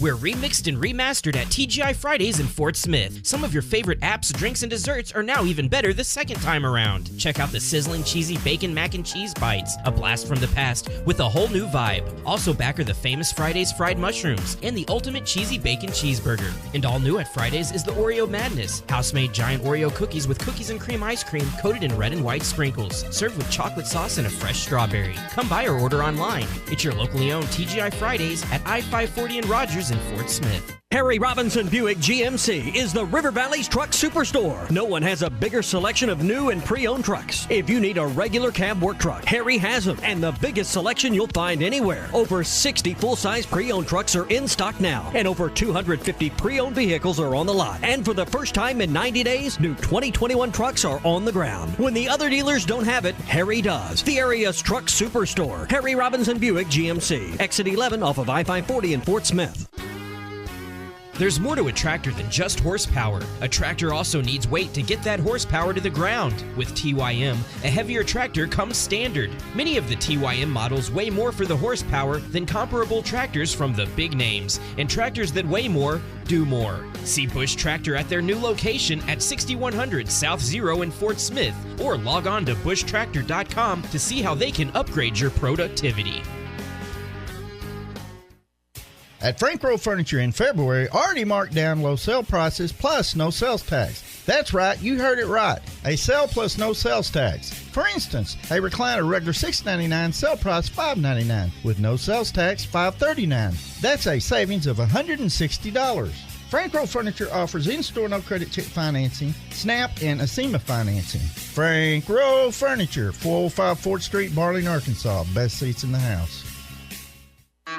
Doe's Eat Place, serving award-winning steaks, has now added lobster tail and salmon to the menu. You can also enjoy delicious appetizers along with your choice of drinks from the largest selection of wines, beer, and liquor in the River Valley. Doe's Eat Place is open Tuesday through Thursday 5 till 9 and Friday and Saturday 5 till 10. Reservations are recommended. Call 784-9111. That's 784-9111. Doe's Eat Place, 422 North 3rd Street, Fort Smith. Farm Credit has been a trusted friend for over 100 years. They are ag financing experts. So whether you're a longtime farmer, new to farming, or buying your dream home or land in the country, their experienced staff has a plan to fit your goals, needs, and your bottom line. From farms to land, livestock, equipment, and more, Farm Credit finances it all. Learn more at myaglender.com. Farm Credit is an equal opportunity lender. Your home for every Razorback football, basketball, and baseball game. ESPN 95.3. Somebody said we've got SEC bias. Deal with it. They're the best. In the SEC, it just means more. I know one thing. The SEC just got a little tougher. This is your SEC update on the Morning Rush. Brought to you by Ashley Air. Keeping your home comfortable is what they do best. Trust them with your heating and cooling needs. Go to ashley.air.com to request service today. So Auburn barely beat Georgia on the road Saturday, a 2-point win. Wendell Green hit a game winner at the very end. And when you look at this game, I know Arkansas players, they've been itching for this Auburn game. Kamani Johnson had this to say, I'm already fired up for it. I think everyone in the locker room is fired up for it. I think Coach Muss is going to be fired up for it. We just got to be locked in and got a bowl of days of preparation for battle. Tommy, if you watched Auburn this season, a narrow win over Missouri, a narrow win over Georgia, they're beatable on the road. Or do they play down to competition? Because Missouri and Georgia are two of the worst teams in the conference record-wise. And but Georgia at the same time, they've stepped up and gave Alabama a fit and beat them. They nearly beat Auburn. They have played up in some of the biggest moments. But you got to look at Auburn's resume there, and they slide by two teams that are near the bottom of the standings. Makes you worry that some nights do they lose focus. I think on the bigger nights, like I think we'll see tomorrow night, where the records are up near the top, Kentucky being another game where they won at home on that one. Do you get their A game and their best? And that's kind of what I'm expecting tomorrow night. Is it's going to be tough sledding for the Razorbacks because I don't think Auburn's going to come in here and play down to anybody. I think Ty Washington, if he doesn't get injured in that Kentucky-Auburn game, Kentucky ends up winning. But when he went down, that was just a completely different landscape. Changed the entire trajectory of that game. Now, Vanderbilt, Scottie Pippen Jr. and company, they beat LSU at home. Will Wade's squad has lost 6 of its last 7 games. And I know that there's not a lot of love lost for Will Wade in that LSU basketball program. Bless their hearts. Man, they're going to find themselves outside the AP top 25, and they're sliding pretty quick when it comes to the SEC and stuff. Might be the only way to get rid of Will Wade. Of course, be careful what you wish for, who might be next there. But, Will Wade has been a frustration, I think, for many fan bases. Just his presence. Not necessarily his performance, just the presence of someone that's an obvious cheater and still has a sitting head coach's job. Keeping the basketball news going, Alabama Board of Trustees have approved a new plan for an on-campus basketball arena that's going to hold over 10,000. I didn't realize that Coleman Coliseum. Wait. The board's approved it? Yes. Has Saban approved it?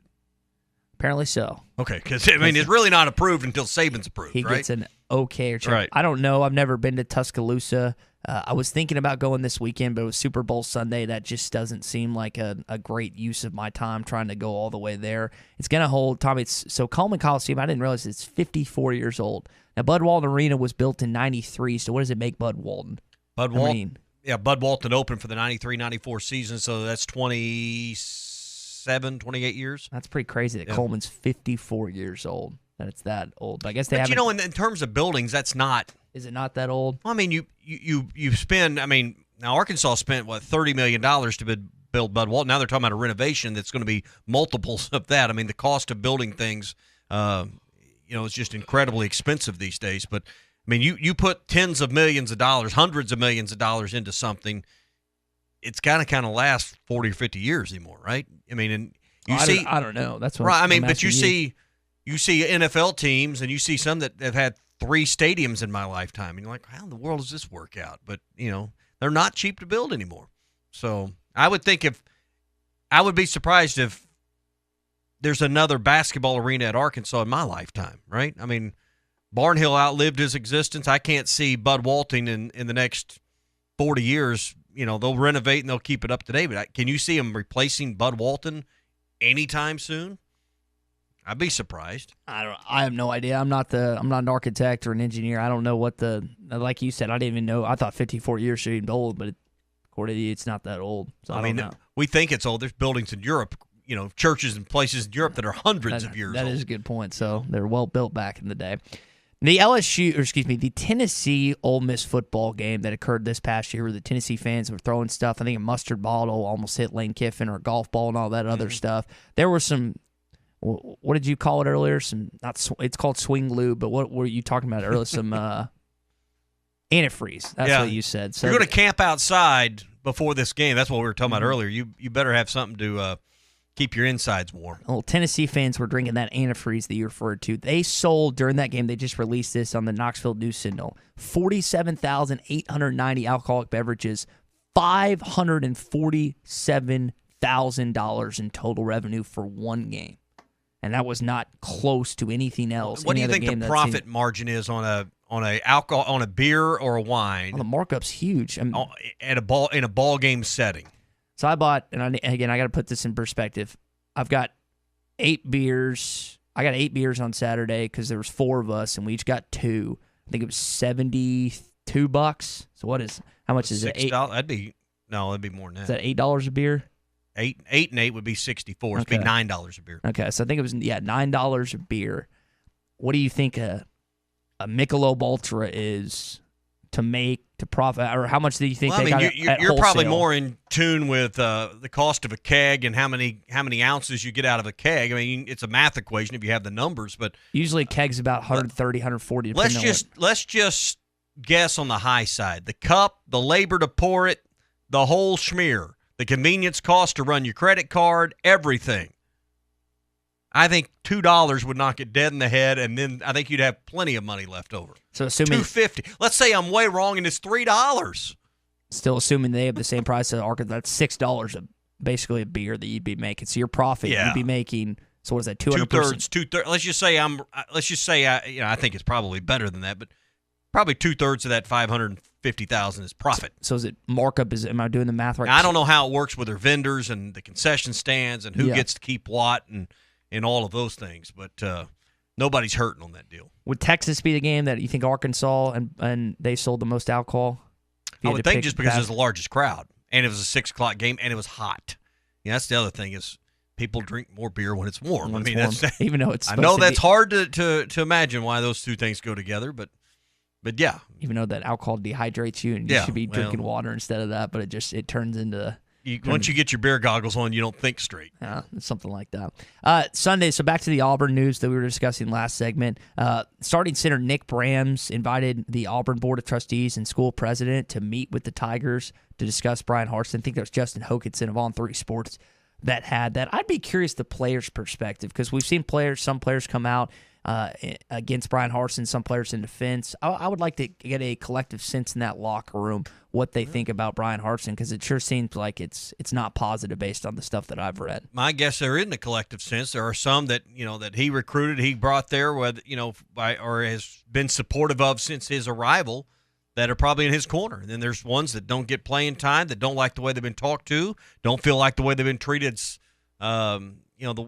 What they were looking for, and they're part of the reason. But you got 20 players that have exited the program. You got 5 coaches. Those are the red flags that, send up more alarms for me. If someone can't keep their staff and their players, what's the future here? The problem in all those guys, in likelihood, there's probably some of it is, but when you lose 5 coaches, 20 players, it's time to ask some questions. Seems like the Auburn administration is doing that. And the board of trustees will see if something. It's not a matter of if; it's a matter of when. At this point, with the remaining days that Brian Harsin is the Auburn head coach. All right, last thing, you've got a matchup between 2 SEC quarterbacks, one from Georgia, one from LSU. Joe Burrow taking on Matthew Stafford. Here's Joe Burrow talking about that he would love to smoke another cigar this upcoming Sunday. Well, I smoked one after the national championship game, and that was my first cigar ever smoked. Questions for Coach now? Take it easy on that cigar, boys. And then after that, I decided that, every time I win some kind of title, I'm going to smoke a cigar. So I smoked one after we won the division title, and so hopefully we can smoke another one next Sunday. That's pretty crazy because he was 21, 22 when he won that national championship for LSU, that was the first cigar he's ever smoked. And I haven't smoked a ton of them in my day. Typically when my buddies have them that are nice high-end because I don't know a cigar from anything. You could name 50 brands right now, and I wouldn't be able to tell you one of them if they're good or not. But that is a little surprising that was Joe's first cigar that he's ever smoked following the national championship win. So did you turn green after the first one you smoked? How did you like it, or did you not like it? I threw up the first time I dipped. I don't think I threw up when I did the cigar. I don't dip. I have several buddies. So chewing tobacco and stuff changes over the years. It used to be the Big League Chew, and then it became Copenhagen and all that other stuff. Well, and now Big League Chew bubble gum, actually. Well, there's Big League Chew, and that's non-tobacco, and then there's what's the stuff that is it Rain Man? Is that what it is? I think it's Rain Man. I remember as a kid, right? When you thought it was cool when you were a kid, you had the pouch of bubble gum that looked like dip. It's Rain Man tobacco. Got rid of some of that stuff. They made it illegal. Yeah, it's Red Man. Red Man tobacco, okay. And it's just different types of chew. I mean, Red Man, Levi Garrett. Just like dip, there's different brands. Now flavors. they have the pouches. Well, the new thing, pouches. The new thing, Tommy, that I don't do any of it. The cool kids are doing you. Is Zen. Do you know what Zen? It's basically just straight. What's it called? It's straight nicotine. Yeah, it's straight nicotine. My buddies do it. Sounds good for you. Yeah. All my dipping friends do it, and they feel like it's better for their gums because their gums are starting to bleed and starting to feel like We're a Copenhagen house their in my jaw place. taken off. Yeah. I got plenty of. We love Copenhagen. Copenhagen. Yeah. Plenty of friends that do it. I don't know. I'll smoke. I'm with Jesse. Let's just grind up some beef jerky, and we'll stick that in between your lip and your gum. So that's a beef jerky. Jesse last Mountain week. Home, good suggestion on the text machine. So, all right, that's your SEC update and your Copenhagen update, brought to you by Ashley Air, proud sponsors of Razorback Athletics. Hey, heat up your home with a free furnace when you purchase a qualifying new system from Ashley Air, and until the end of February, get no down payment, no interest for 72 months on qualifying systems, and the Ashley Air Quality Assurance Guarantee, their 12-year parts and labor warranty. Get a free furnace when you purchase a new system from Ashley Air. Just go to AshleyAir.com for your appointment. That's AshleyAir.com. If Dylan and Abigail mention anything about vaping to you, are you going to let your kids vape? No. Exactly. Who lets their kids vape? I don't know. Did your parents let you smoke cigarettes or let you drink beer when you were in high school? No. In high school, I was drinking beers or vaping, and legitimately, I did not drink until I graduated high school or do anything else illegal. But that just never appealed to me. I was just never big on cigarettes or anything like that. But things change. I didn't know if that was something that Dylan had maybe asked you about or something. He's 12. Now, I don't think he's asking about vaping. Yeah, they're starting earlier now, man, apparently. Well, how is a kid going to go to the store at 12? Same way a kid gets beer. He gets it illegally. He gets it from someone else 12? that's older. He's probably got a high school friend or two that he can Any of to get it any of his friends got older brothers? I don't think so. I mean, hopefully you don't have to. No, we did it. I'm going to be. Not at 12. Can't wait for Tommy, Laura, Dylan, and Abigail to be at the dinner table in a couple years, and Dylan pulls out this vape, and there's just this huge cloud of smoke, and Tommy looks at him. It's like cotton candy. It is. It does have different flavors. Cotton candy is they one make of those one that flavors. smells like smoked ribs. I might be in on that deal. You know what I mean? Start vaping it. No, but hickory oak. Smell of good. pecan wood in there. Smells good. Maybe that's something we invest in is barbecue vapes. Maybe that's something they have. One that smells like brisket.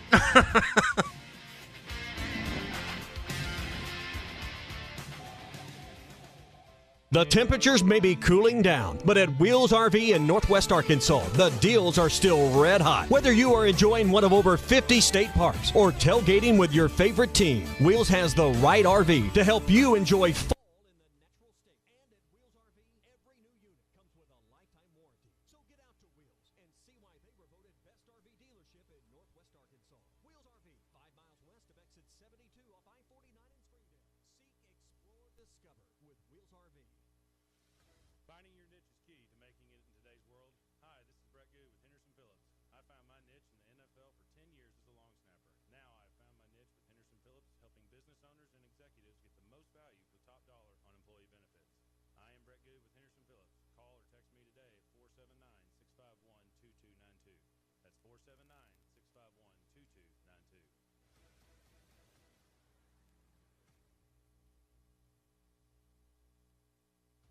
Standard Materials Group has immediate openings for ready-mix drivers in the Northwest Arkansas area.